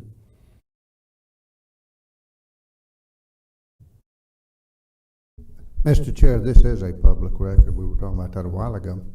And for the people who are interested, those are the people who probably could take, and if we took something off the list, then it'd be important to somebody else here. You know, and that's basically what we were talking about. What do we want to take off the list? And then I think it might just be a little unfair, and they may take it off the list pretty quick, but we still have it in place if we think it's very important to put it back on the list. And it would also be something that people who are in the audience are going to have the public participation. They're subject to put it back on the list. And that's one of the reasons I say give the list to the committee. And actually, we still have time because we got the committee coming up. And we may look at this and look at it a little differently by the, in the next 2 or 3 meetings as it comes up about what we might want to do, whether we add or take away. And there's nothing to stop us from doing that after some more thought on it and a little more talk with staff on it. So I would leave it alone for the moment. That's just my advice. Okay, so let's just tease out the time frame here. When is it coming up to form this committee? We could bring back the resolution, the next available agenda, which would be the first meeting of July. And that gives you, what, 2 weeks to advertise it? We would not need to advertise this because it's a resolution, so. Well, we need to advertise for potential members. Well, and that's a good point, because we would typically advertise when you have finalized what the qualifications are. So really, it would be a 2-step process, you approving the resolution, and then we could advertise for vacancies. Because they'll have applications like any other citizen advisory committee. We could. That they have to fill out. I'm asking. Yes, sir. Is that how you envision? Okay. And I'll refer, looking at Suzanne, George, if you have a different opinion, but that. No, that's how you do it. You'd want to see the applications of the groups.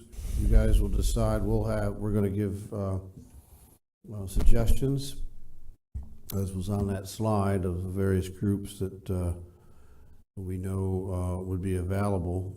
And then I think we would encourage the groups to work together. If there was a group that didn't maybe make the list or get selected, I would think that viewpoint, though, the people that represent, say, development,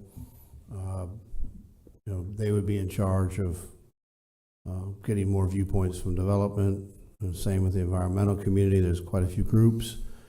A couple of were on the committee. They would hopefully engage the other environmental groups. A lot of folks I know are on multiple organizations, and therefore would gain the perspective of those multiple organizations. But the idea is try to get that good cross-section across the entire spectrum of viewpoints within our community. Okay, so it goes to, it'll come back to council to form this committee, and then how long until they meet, and then how long do they have to, until they bring back recommendations? I'm just trying to figure out if I'll still be on the earth. Yes, sir, you will. Once the committee is established, we would have an organizational meeting. There are some immediate changes, immediate technical changes that we need to go through. These are things where we may have inconsistencies with state law, federal law, identified changes in technical requirements that we can get working on immediately. And those can go forward to them as soon as they're ready and is able to meet. So I believe that we could hit the ground running with NRAC once it's established. So we're going to tell them when to meet and how many meetings to have? That would be up to the committee. To the committee or to the council? I guess that would be also if you wanted to set their meeting schedule. I gather it can be done.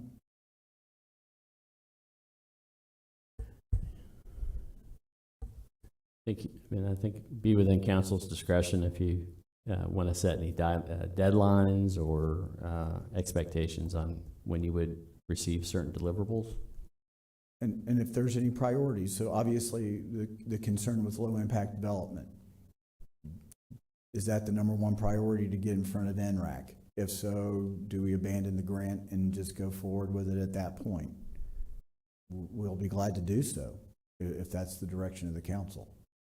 Just, we need to know process-wise which one's the priority. We wanted to make sure we identified what we were going to be going after. Now that we know if it is the entire list, then what would be the priority to the council, and is there a targeted deadline to have some of those things taken care of? Yeah, that was my hope for today, that we would set those priorities and some scope. Now, it just feels like to me we're putting it off until, the committee's formed, they meet 1 or 2 or however many times, and then they bring us back, and then I don't think it's fair to them to say, well, you didn't really handle the priorities that we wanted in order. And again, I want to hear from the public, but I think they deserve to know from us, the people they elected, what we think the priorities are. They can certainly tell us that they disagree.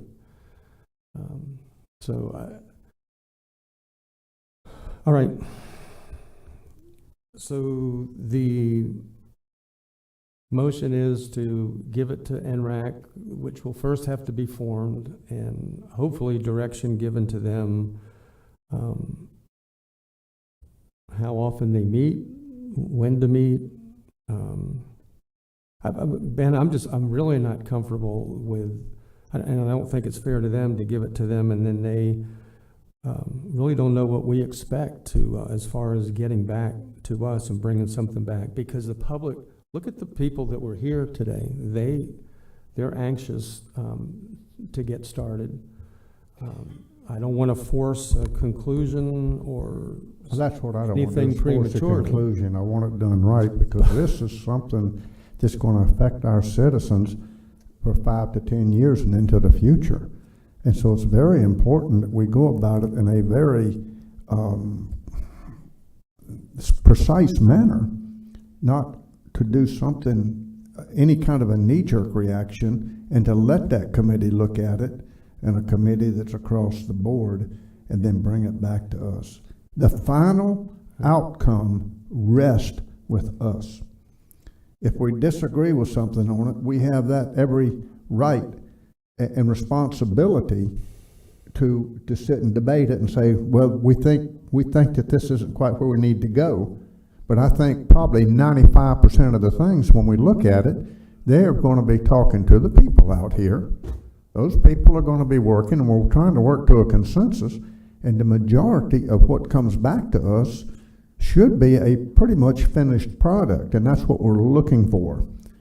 But we're always able to work, things change, and we may have to change some things, but it gives us a very, very good starting point And I think we have to trust our citizens on these committees and our citizens to give them good advice, and then they feed us the advice, and we take it and, and come up with a final product.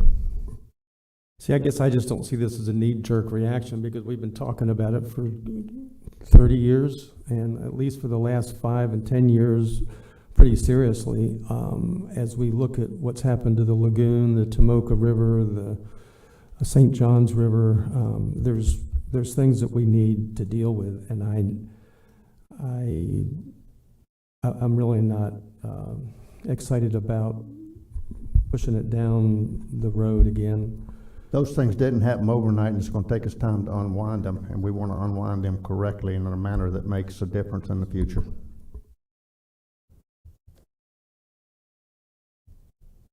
Yeah, in a period of the most rapid growth that we've seen in a long time, there's a lot of things that could happen without some direction being given to what Volusia County's, what we want to look like, how we should grow. I don't want to be another concrete jungle like we have in other counties.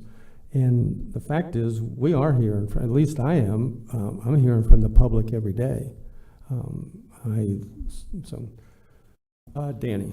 Chair, respectfully, I don't think it's fair to pin that on this council or the members sitting here for wanting more information and doing exactly what ultimately constituents, yourself included, are asking for, is to get as much information before we make a decision. Now, with that being said, we are going through a period of growth, but we can't ignore the fact that that growth, and this is partial information, is still a 1.6% annual growth rate in the entirety of Volusia County.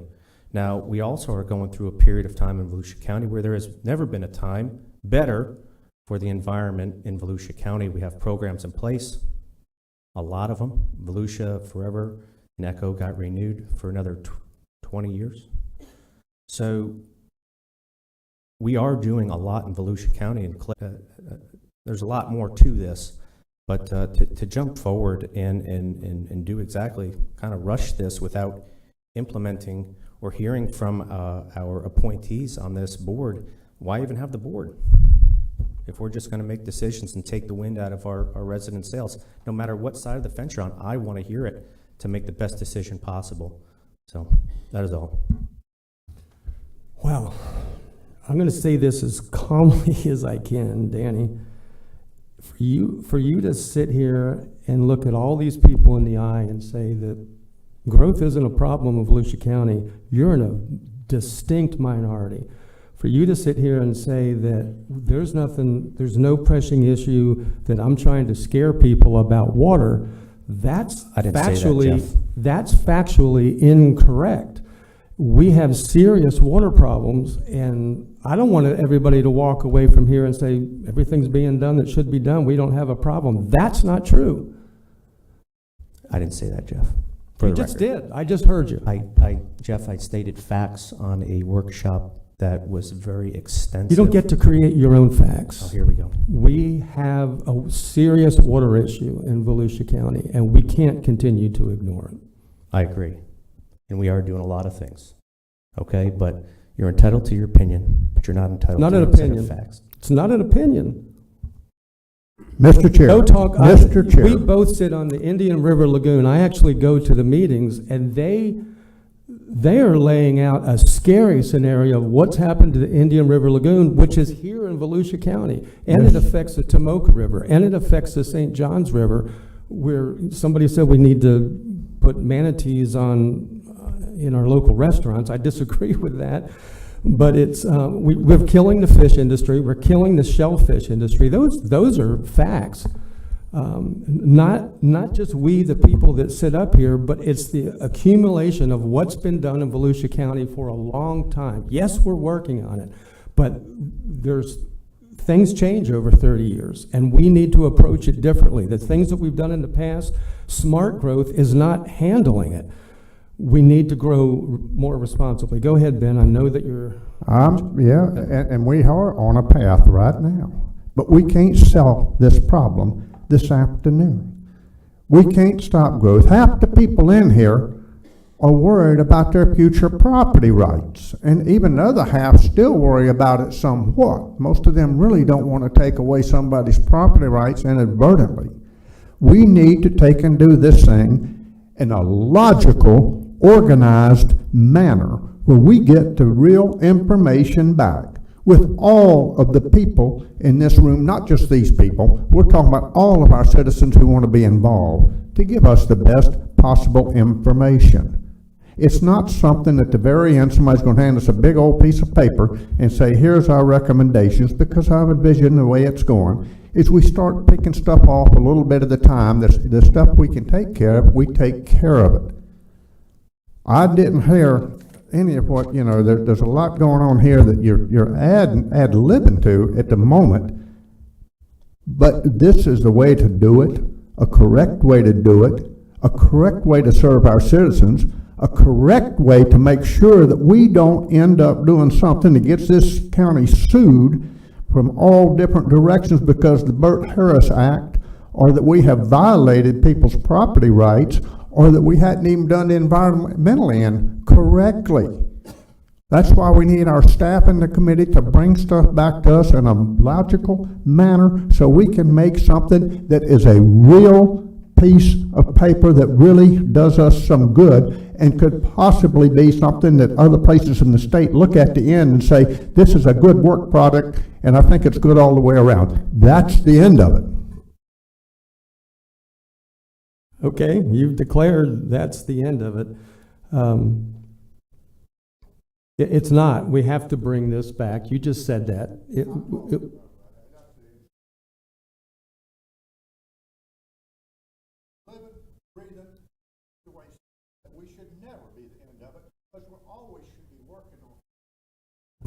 We should always be working on taking and fixing it as it goes along. It's like a policy and procedure manual. It's never done. You're right. Never done. It's never done. We That's keep my working. issue. That's no, my no, problem. no, Jeff. Don't put words in my mouth. I'm not. Because I'm never giving you my done, words. never done means is that you find new situations or changes that you fix that problem. You just don't close the chapter and say we're not doing any more about it. The idea is you look at it, times change, the situations change, people change, and then you fix it from there. So that doesn't mean we're slamming the door and not fixing it. It means we're always working on this problem and on these different laws and fixing it as we go along and the problems we see. So that's what I mean by it's never done. Okay. Well, I guess we will see when it comes back from the committee, whenever that is, and then we'll see what your opinion is then. Is that you can't go against this because the citizens already, this committee already made their opinions known. So it's just my issue, Ben, and it's the issue of most of the public I hear from is that what they expect from us based on history is that we're going to kick everything down the road. And I don't want to give that opinion. I have not once said we need to go through this list and make the final decision on everything on here. I expected us to make priorities. So I'll just say now for whoever the potential people that will be on NRAC that I hope and my wishes are that the discussion on LID will be a priority. I think that it is to staff, and I'm going to make sure as far as I can that it is to staff because that's how we can mostly affect the #1 problem of water pollution. #1 or #2, according to what studies you're looking at, but stormwater runoff, what we do with it, how we treat it, because with LID we can treat it without spending millions and millions of dollars. So that's my priority. And Barb Gartman. Thank you, Chair. I agree with Susan, who came up and said that low impact development is not new. Our staff has been working with it. I agree with Chair that should be one of the priorities, and I think it's one of the low hanging fruit, as we would say, opportunities, and certainly one of the areas that we can ask the committee to focus on and get something back to us, in short order.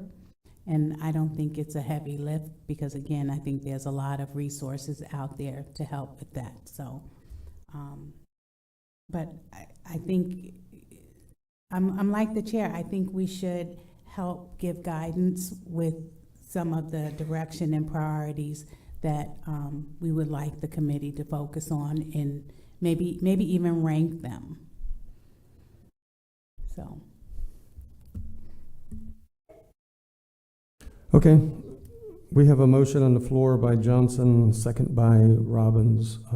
We've had fairly vigorous discussion. So all in favor of, and Ben, you have please correct me if I get this wrong, but we're kind of ending the debate for today, creating the committee, giving it to them, and then we will hear back from them. Okay. Chris, I'm going to ask you to call a roll on this. Mr. Robbins. For the record, that was yes. Yes. Ms. Gertman.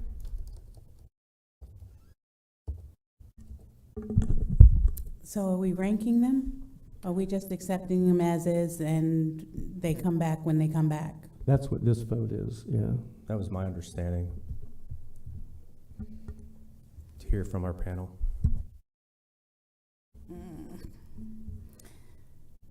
I've got a concern with that.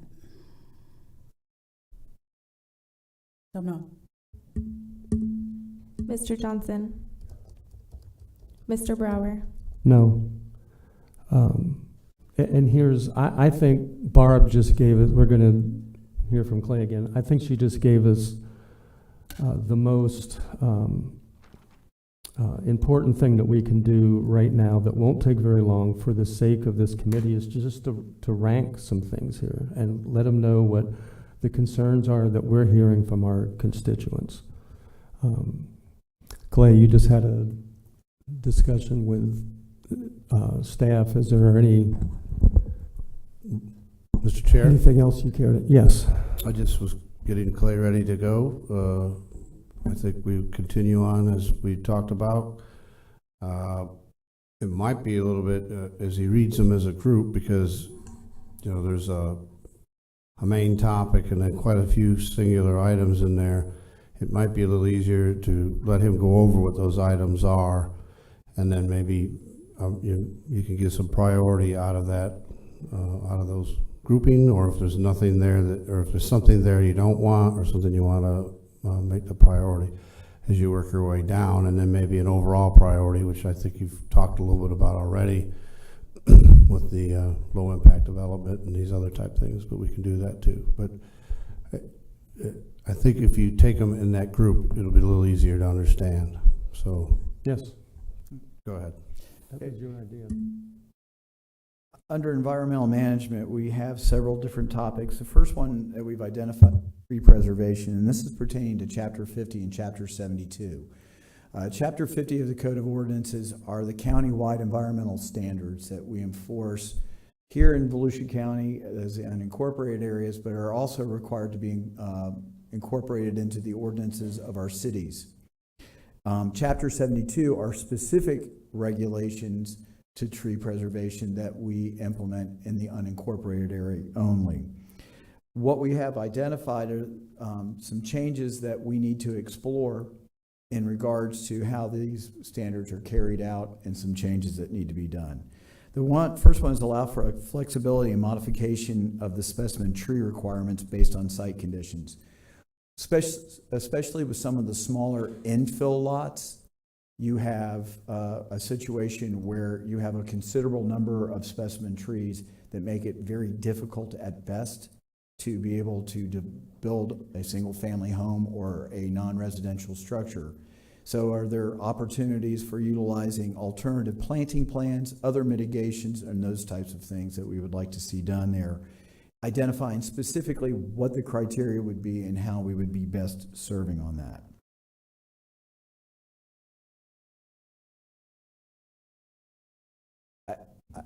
Just keep going, and then increase tree retention area requirements in environmentally sensitive lands. Those are our natural resource management area and the environmental corridor overlay. So in other words, we currently require a minimum 15% natural vegetation retention area. Do you want to increase this to 25, 30% for lands that are within the natural resource management area or ECHO? Require additional tree replacement if a developer proposes to clear lots in a subdivision. What we've heard loud and clear from the public and from some of the members of the public or elected officials is the clear cutting of a whole subdivision. If someone has to do that because of other standards, candidly, once you set where your infrastructure is going, where your water and sewer lines have to go, that kind of dictates what your final elevation is going to be for your lots.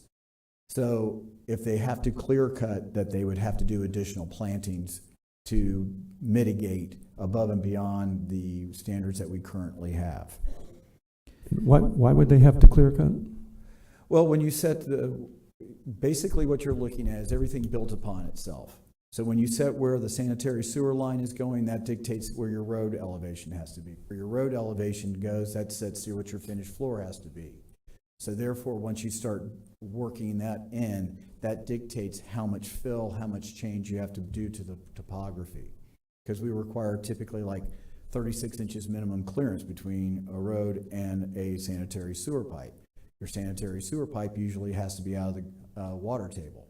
So if you're out of the water table, now you're looking, and so once you start laying the framework of your residential subdivision or commercial subdivision, that dictates what's going to happen with your minimum finished floor. Why wouldn't the layout of the land dictate all those things instead of in reverse, like you just said? Is that an indication that we're developing and building in areas that shouldn't be? No, this has been a standard practice in engineering for years, is that you don't put pipes into groundwater and those types of things. So you basically, you see the elevation changes.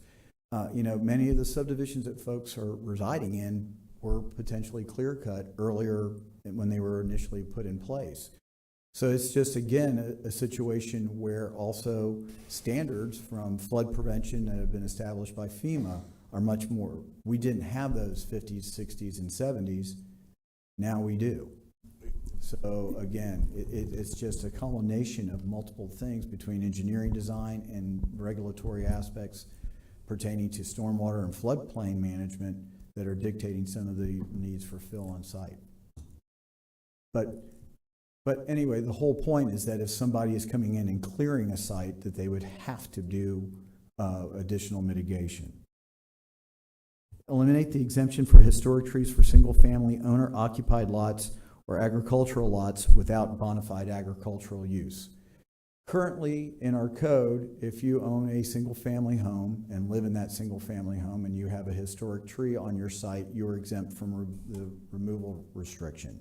You can take that out without any permit. Whereas, and also that's the same thing for generally agriculturally zoned property. We have agricultural lands that do not have bona fide agricultural classification with the property appraiser. Is this something where the council would want to put much more restrictions on the preservation of historic trees on owner-occupied single-family lots and agriculturally zoned properties that do not have a bona fide agricultural use?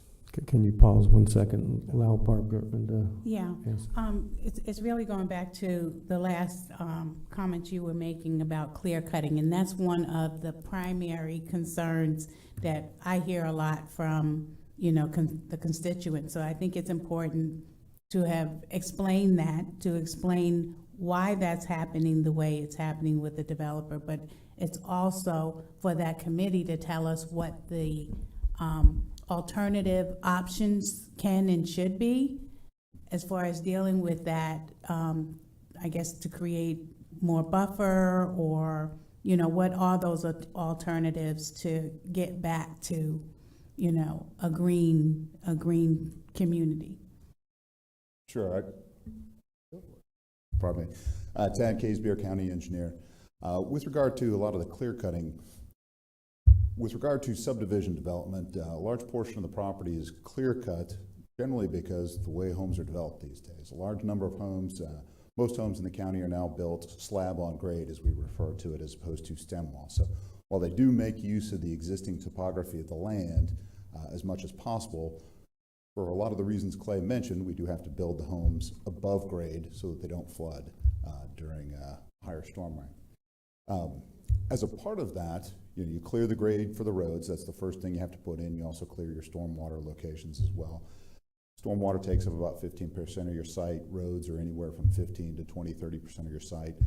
And then it's really the lots that are left over, plus the natural vegetated areas that you're required to have. The county requires 15% or greater, so you'll leave those in place. But pretty much everything else gets cleared. The reason the lots get cleared is generally because, as Clay mentioned, you have to accommodate the grades that are necessary to get it above the floodplain, as well as any of the drainage issues that may come into the property. In addition, when we put the roads in, for example, we're required to provide space for the utilities.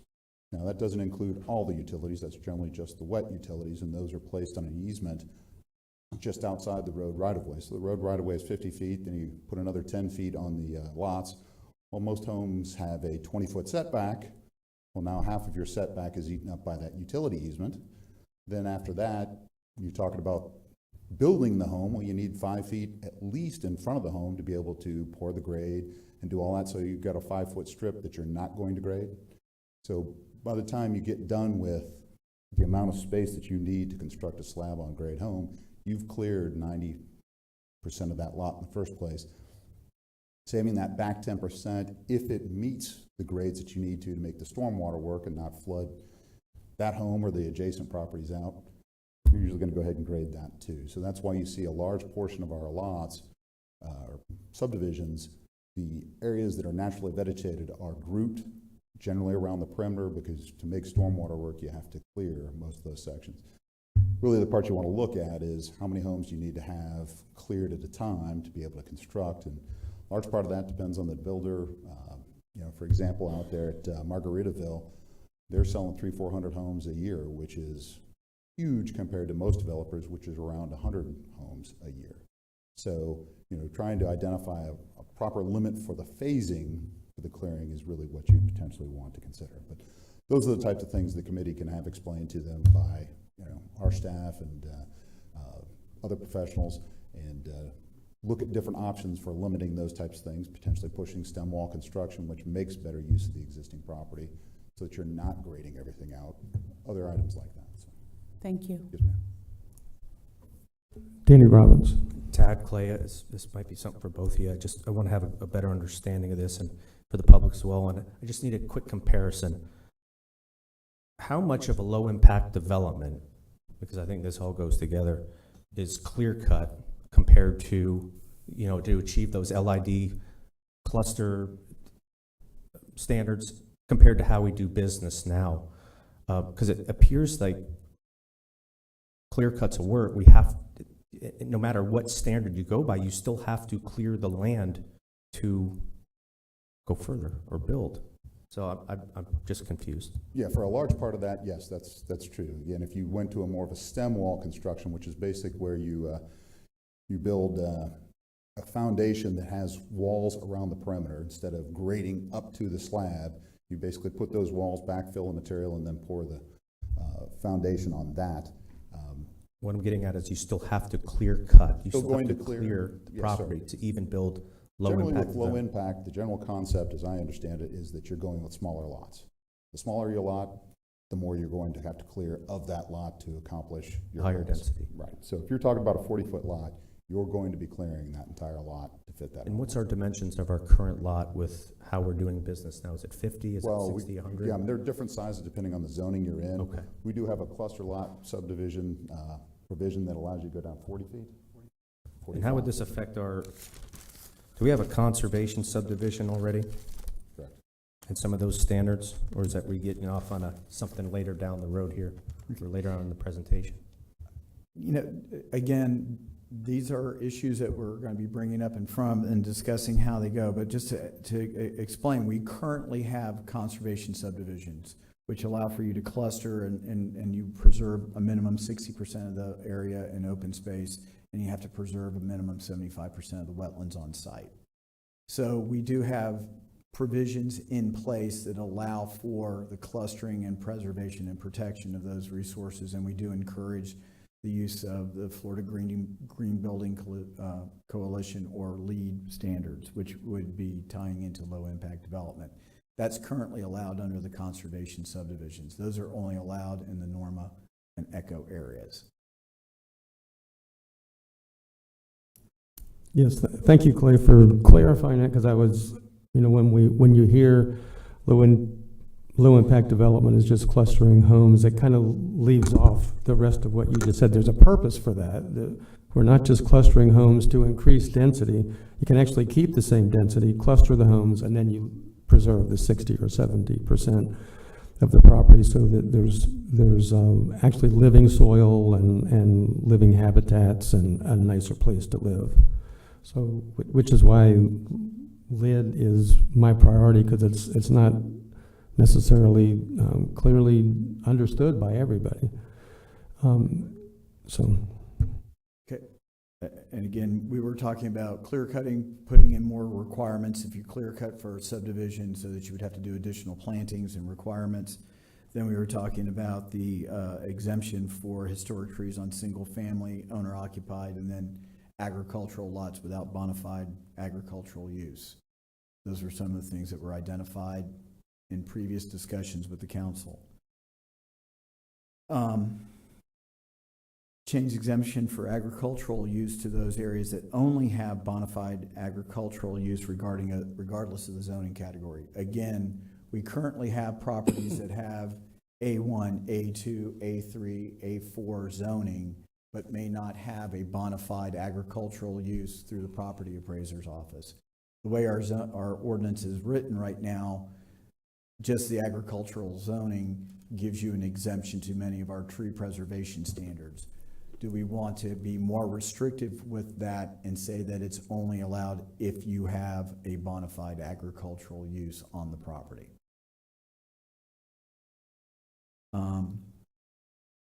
Then the exemption of tree removals for bona fide agriculture. So if someone comes out, has a bona fide agricultural classification, they can clear cut their property for a pasture. If they come in with development within 3 years, we say that the clearing was as part of the development application, and so therefore they have to do tree mitigation for the tree they removed. That's a 3-year rebuttable assumption. Do you want to increase that time frame so that it would be 10 years? So that means if someone cleared their property 10 years ago, or excuse me, 8 years ago, and they came in for a development application, we would require tree mitigation. Add exemptions for airports, public road projects, land management, and state and federal lands. Currently, we do not have an exemption for our Daytona Beach International Airport or any other airport, so we definitely believe that that is necessary, because when you read through FAA guidelines, one of the things that they are concerned about is wildlife habitat attracting birds and other species which are not conducive to airport traffic. So we would like to see those exemptions also for federal and state and land management practices done by local governments as well, and then also for public road projects. So when we are going through and creating a new public road, that we would not be required to do tree mitigation for tree removal associated for that. Add a waiver to the minimum tree coverage standard based on specific conditions. This ties back into, again, we have a variety of different situations where you have heavily treed areas as opposed to areas that are pure pasture right now. Those don't differentiate in what we're dealing with. We would like to investigate what could be done if there's mitigating circumstances. Replacement requirements for palms and modified, in other words, if I come in and I am removing a hardwood, I can come back and replace it with a palm or some sort. What we would like to be able to do is make sure it's type of tree for type of tree. So if it's a hardwood, you replace it with a hardwood. If it's a palm, you can replace it with a palm. We just don't want to have to see a situation where different types of species are being intermingled for what the replacement should be. modified tree replacement trust account so that that way we can utilize it. Right now, it is very restrictive. And what it is that if you are developing your property, be it a single-family home or a residential subdivision or a commercial piece of land, and you cannot do mitigation on site, you have the option to write a check based on the value of the tree mitigation that you cannot accomplish on site. It's deposited into an account that is solely used only for tree mitigation. We can only use it for trees on public lands owned by Volusia County. What we would like to be able to do is enter into situations where if there's a public accessible opportunity, be it through an easement, a park, those types of things, that we'd be able to utilize this money for those trees with a greater flexibility, because what we're seeing is that being able to come up with locations just so we can expend the money for tree mitigation. The critical part is this cannot be utilized for required trees. So if the county is doing a project and we're required to put in 1 tree per 2,500 square feet, we cannot use this trust account for that. This is for mitigation, so therefore it's supposed to be above and beyond what is required for each one of the sites. And then modifying the requirements for residential construction to address what's going on in there is that we analyze on a lot-by-lot basis the trees that are located in the setback areas and trying to deal with those so that way there's proper accounting and mitigation for that and going through how we address residential development. Those are our tree preservation requests. We're going to go ahead and proceed forward with this to the committee once it's established, be able to provide them the insight on what's going on there and basically seek their input on those types of changes. Good. Danny Robbins? Just so I have clarification, Clay, I know we briefly went over this. So we as the government want to be exempt for some of this stuff, but we want to suggest the citizens, from what I see, they have to abide by it, or I mean, really, more regulation? Well, what we're doing is we're looking at the public service aspect of it. In other words, when we put in a road, we should not be required to do mitigation for the road construction. Because again, it's providing a public service, and so therefore it's increasing the cost to the general public to comply with the mitigation requirements when we're providing a necessary service to them. So that's why we're seeing those types of exemptions. The exemptions at the airports are based on a necessity for public safety. So other than that, if we're dealing with a county project, we still have to abide by all of the requirements for Chapter 50. So, you know, for example, when we did the public works facility out there on ISB, we had to go through and they had to comply with all of the Chapter 50 requirements in regards to wetlands, tree preservation, etc. How does the council feel about that?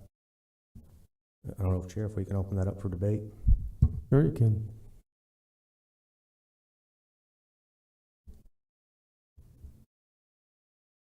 I don't have a debate about it. I'd want to hear back from the people.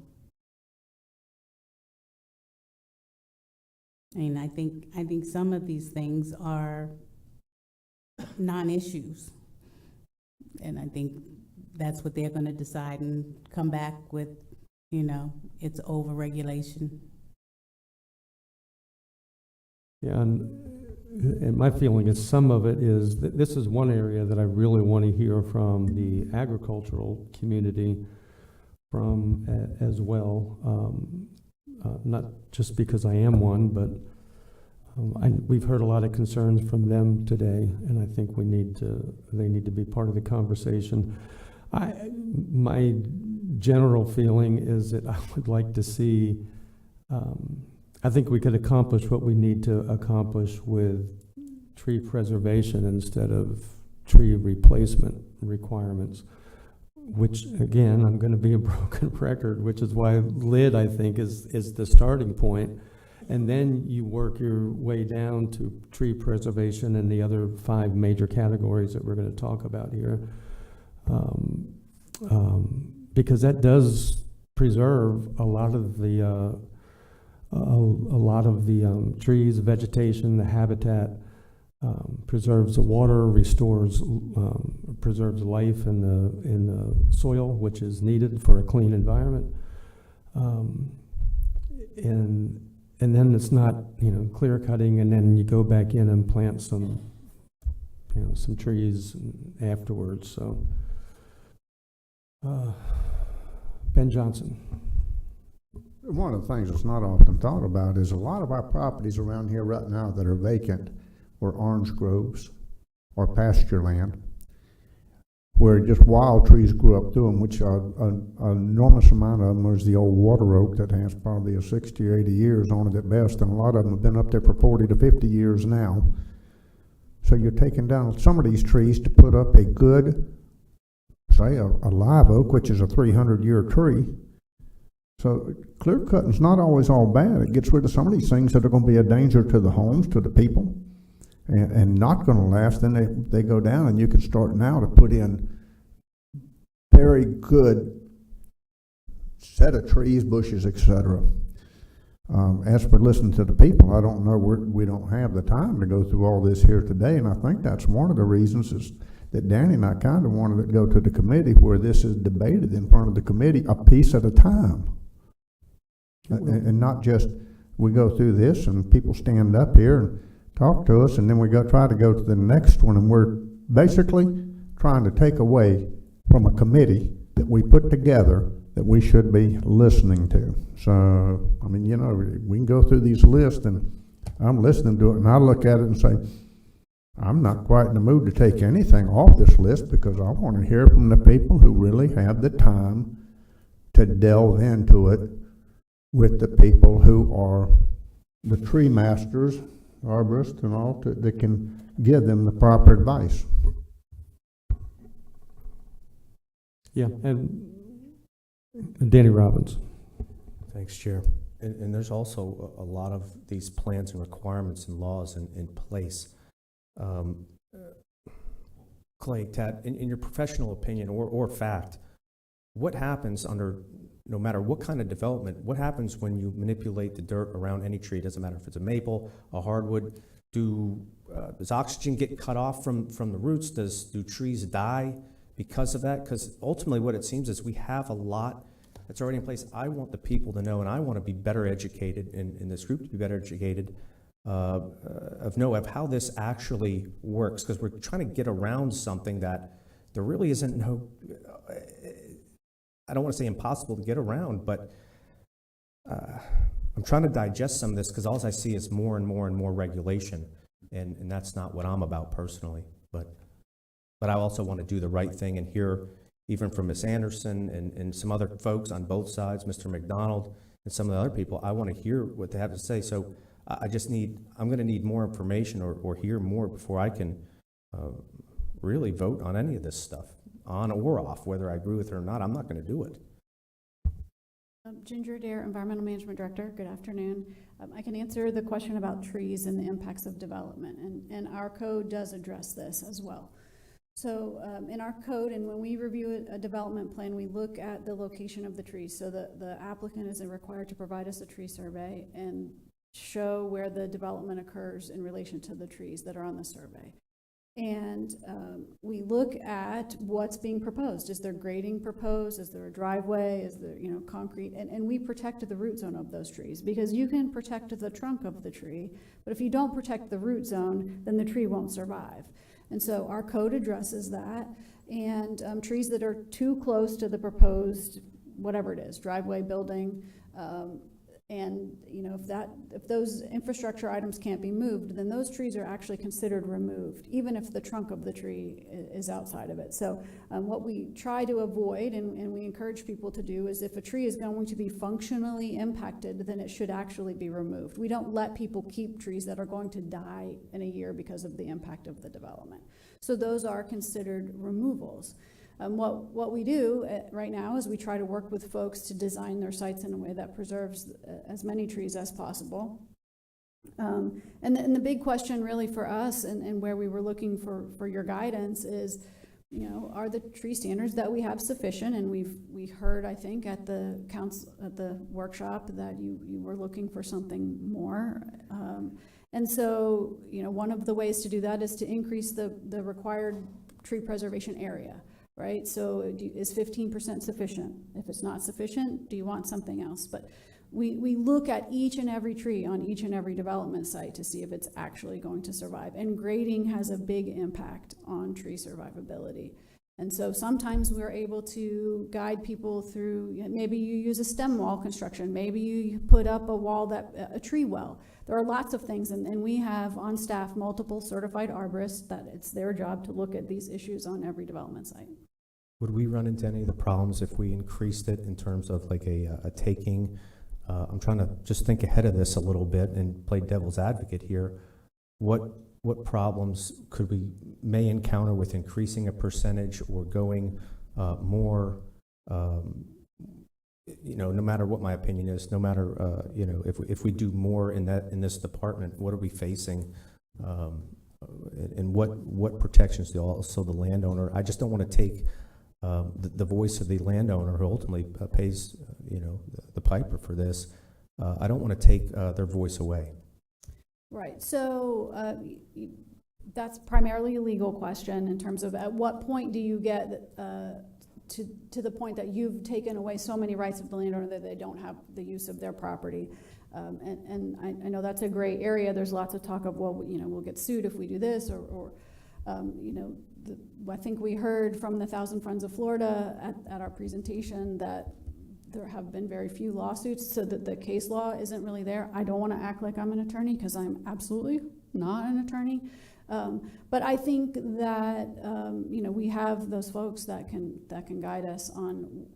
And I don't think you could say, all right, 30% is the spot where you've crossed over into a takings, right? I don't think we can say with that kind of certainty, but it is our you know, we have the ability as the county to regulate development and work with the attorneys to kind of maybe find that sweet spot. I just, you know, and that's in the eye of the owner, you know. In terms of that, what that sweet spot is. It's different when you're paying the bill and you've worked your whole life for it, and as we all know that. So, you know, but when we add a lot of this stuff up, where my concern is we have buffers, we have this buffer, that buffer, tree, you got to stay so far away from it. At what point is too much government? And I want to find that balance, or at least educate people in a way where they're going to naturally, I don't know one person, I don't think there's one person up here or in this room that says, I want to destroy everything, I don't want clean water. No, I think we need to pursue that balance and educate people. And I think people naturally gravitate towards doing the right thing, you know. So that's kind of where I'm at. I'm just having a hard time really swallowing a lot of this stuff when we are just absolutely bombarded with regulation, and whatnot is not the answer. We see it all the time. We see it on the national level. We see it on the local level. But thanks. Paula, was this you? Yes. Just to kind of clarify and provide some answers as much as I can. I mean, this is a very site-specific question in terms of a Birch Harris, you know, exposure. Obviously, if you have an existing lot, you can't regulate it to such that it's not developable in a reasonable manner. That removes the investment-backed expectations of the property owner. If you have a raw piece of land, then that gives a little bit more flexibility in the design aspect. That's a little bit more, you know, hazier question. It's an easy answer if you have an actual existing lot. You know, you can't, you know, make the lot unusable. But for a raw piece of land where there are some design decisions in construction of the land itself, that's kind of done on a case-by-case basis. And taking into account all those things, obviously you can't regulate away the investment-backed expectations of that property owner, but as long as you keep that, you know, in mind when you're drafting these regulations or implementing them. So it's not a clear-cut question for those, you know, subdivision developments that have yet to be developed or have gotten their vested rights. And that's a great way of putting it too. But, you know, we see these subdivisions popping up, and granted they're mostly in the cities. But what outranks them is the hundreds of thousands of landowners here in the subdivisions. They're really the minority in this, to be honest with you, when you really look at it and take a step back. So, you know, what's crazy about what we do is that, you know, this law affects everybody. No matter what side of the fence you're on, it affects everybody. And there is no one size fits all, like Barb says, and that's what makes it so difficult. So I'm just trying to have a better, trying to swallow some of this, and I just don't know if I can at this moment. Okay, let me just wrap this up with this, and Ginger, you can correct me if I'm wrong. For me, it's less. There's less concern with the tree on somebody's farm who wants to cut down a tree and put up a barn, or a tree in somebody's front yard that they want to remove because of hurricane season, or whatever. What I'm concerned about is the absolute clear cutting, which is happening. And it's not just about saving a tree, and tomorrow I'm going to be called a tree hugger. I've never actually hugged a tree. I have built some tree houses in them, which is very difficult because of regulation. There are no standards for how do you build a foundation for a tree house. There are, but not recognized by governments. But for me, when we clear cut a property, I'm relating it all back to water quality. And the more habitat that we can, not just a single tree, but the habitat, you mentioned the importance of a root system. But in that habitat, there was a gentleman here this morning talking about mycelium, and most of us might have missed it. The mycelium is a part of the fungus that's underground that you don't see until the fruiting body comes up. But it's extremely important in a habitat. It removes a lot of nitrogen, phosphorus, chemicals. I know farms that plant mushroom bags on areas where runoff's coming from other farms that use a lot of chemicals, because it'll actually remove the chemicals. When we clear cut, we remove that habitat. We remove both the wildlife, all the things that are really important, that are the kidneys of our water supply. Not just that it looks nice, it does, but they're important to the preservation and health of our environment, which we're required to do in the county charter to try and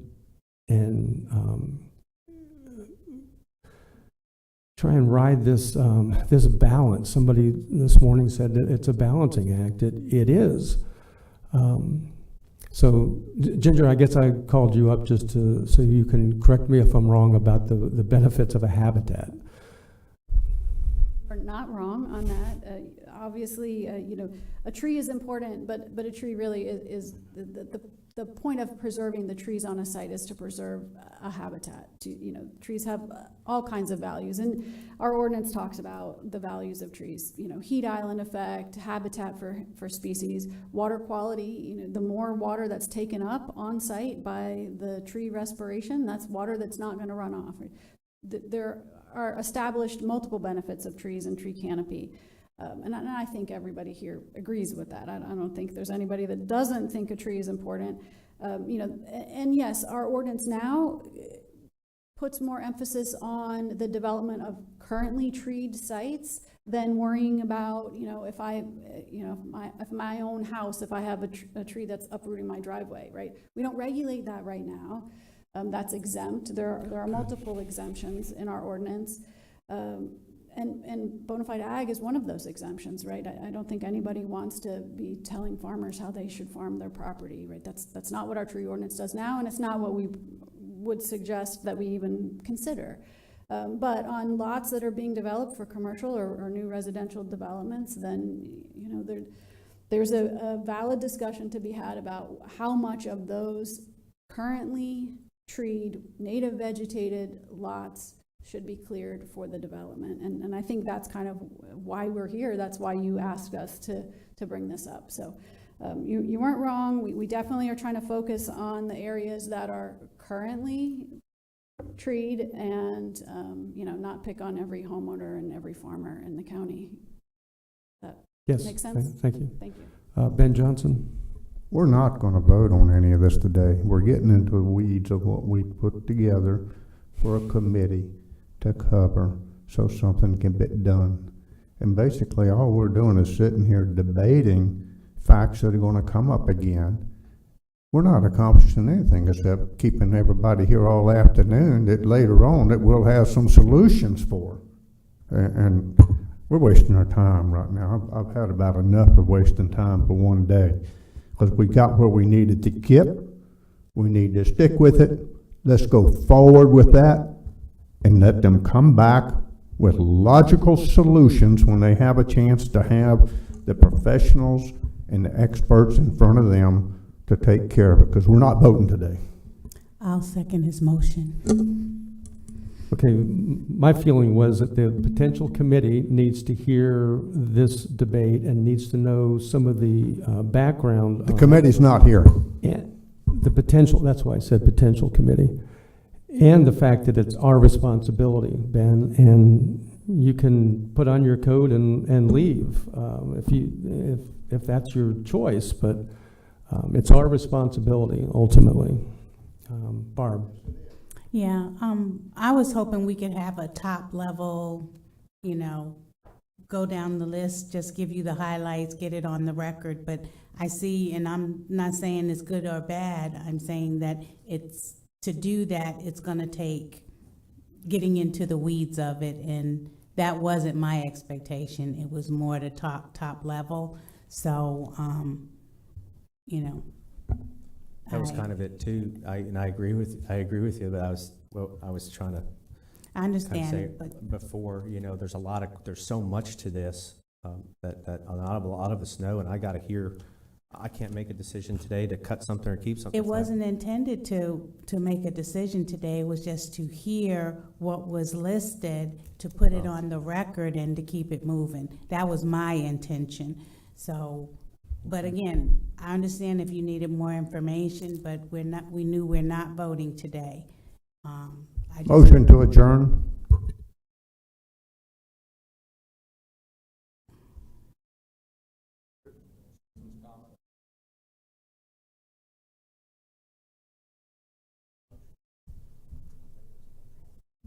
No, we didn't have a motion on the floor, did we? Isn't there a motion? There is a motion by Mr. Johnson, seconded by Ms. Gertman, but I'm not sure what it was for. Well, I was under the impression he was giving his original motion to move this to the committee, and I was seconding that. I was under the impression that there were still public comments at the end of our meeting today, so I don't know about adjourning. So again.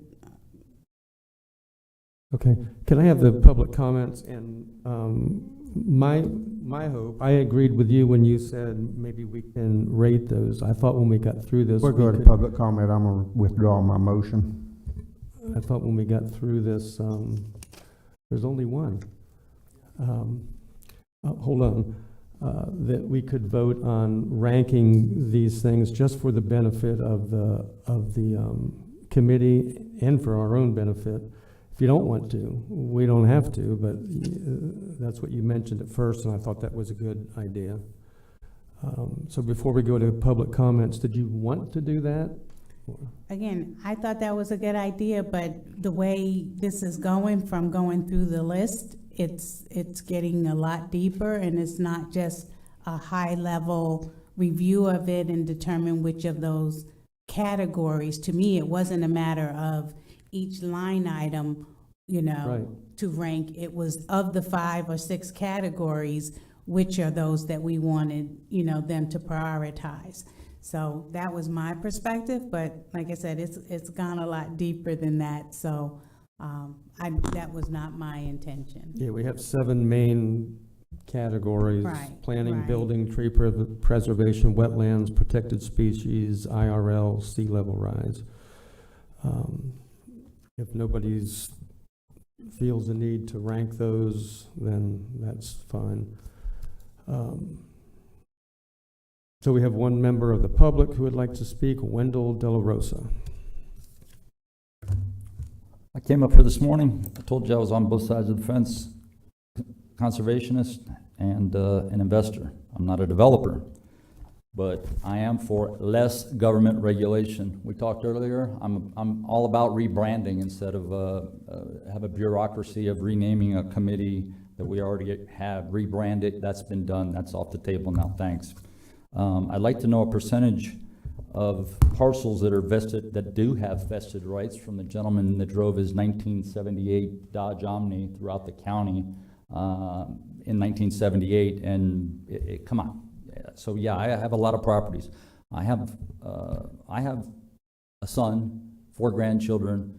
They're in college, doing things. I have a lifestyle to live up to myself and obligations. I'm purchasing another 127 parcels in Volusia County. I'm under under a non-disclosure agreement for that purchase. But I'm getting a little frustrated here today, seeing all these change exemption for agriculture use for only this. I'm buying these properties that are in A1. They're categorized as A1. Somebody that came up here and spoke earlier that said, hey, I bought 1 1/4 acre and now there's traffic down my road. They're built there. Other people are developed. Hey, buyer beware. That's going to happen. Stuff happens. That's like a guy buying next to an airport, and all flights got to stop now. This is getting ridiculous. The current rules for removal of trees for agricultural purposes for A1, there's this ugly word I keep hearing: clear cutting, clear cutting, clear cutting. I'm not going to be doing that. I'm going to be doing heavy underbrushing. So that's my new term, heavy underbrushing. You can call it whatever you like, but that's what I'm going to do with my parcels. And I will be back here next month with a proposal to conserve land in the Cape Atlantic district to offer up 2 parcels to the county in exchange for 2 parcels that the county owns. So I'm working with the county, and this is an us agreement, but this is throwing the baby out with the bathwater. This affects everybody that owns a parcel in Volusia County, and you're putting on regulations that are already there, especially when you say modify and add to the already existing. We already have existing offsets and parameters that you have to abide by, and you're going to add to it. I'm already restricted on a 10-acre parcel where I pay more in taxes on that one property than you pay for 20 years. So it makes no sense to me. On a 1 10-acre parcel, I paid 10 times as much, and I get no tax break for it. And you're going to now, after I've purchased it, regulate me and tax the living shit out of me. It's not right. I went into it knowing what I bought, so the expectation, it remains that way, and this starts in 2023. Thank you. And there was never a vote for that either. We have 2 other people, and then I'll close public hearing, because this Frank Lusner, and then Warren Richards. Good afternoon, gentlemen. My name is Frank Lusnar, and I am a taxpaying citizen of Volusia County, and I've resided on the same agricultural property for 75 years. And it's been passed on from generation to generation. But I'm kind of with Ben and kind of with Danny Robbins on what they're saying on tabling some of this stuff, and I'm telling you from the standpoint of agriculture. Because there's a lot of people, just in the past few days, that we have talked to that were not aware of what was going on here. And it's like, it was just like enlightened to me here last week. And there's a lot of folks that when you come to some of these rules and regulations that they're trying to, the environmentalists are trying to push in and include it in agriculture, that is detrimental. And it also, it's reckless, and it also devalues the property as well as getting involved with personal property rights. And I just wanted to say, for the record, that I'm in total agreement with what others have been saying as far as ag folks. And some of this stuff really needs to be studied out, looked at, and I recommend that as you progress along here, that you do inform some way publicly better where the agriculture people have information on what's going on and made aware of it, because there's many that are not. That's all I want to say. Warren, there you are. Yeah, the status quo has got us to where we are today. If we don't make changes, it's only going to get worse. I grew up on a 7,000 acre cattle ranch. It's houses now, but I understand ag. I grew up near Lake Apopka, one of the best bass fishing lakes in the freaking country. Guess what destroyed Lake Apopka? Agriculture. If we don't do anything, if we don't change the status quo, we're doomed. We all need food to live. I mean, there's no doubt about it, and I understand that completely. There's just better ways of doing things. Destroying wetlands, destroying filters in our kidneys, like Jeff said, has got us in the detriment that we are today. And that's all we have from the public. Thank you again, everyone here that came, especially those of you that expressed your voice. And we'll continue this, but at 2:24, 2:25, we are now adjourned. Didn't vote on the motion. Pardon me? We don't have to have a motion to adjourn. You had a motion on the floor. We didn't have a second. No. Ms. He made a Gervin? motion, he withdrew it, and it never got seconded. Do we need a motion to adjourn? We've never did before. We do not. Right, and, yeah. Yes, ma'am.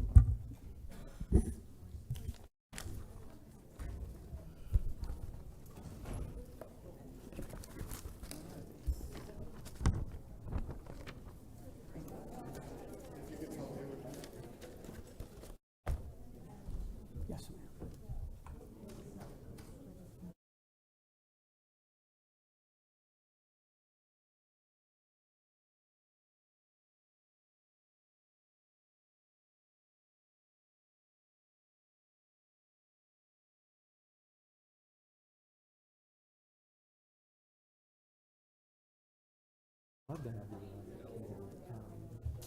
I don't know, let me check, don't say it too loud in public, and I'll find out. Mark uses it against me. Because you would be appointed by someone.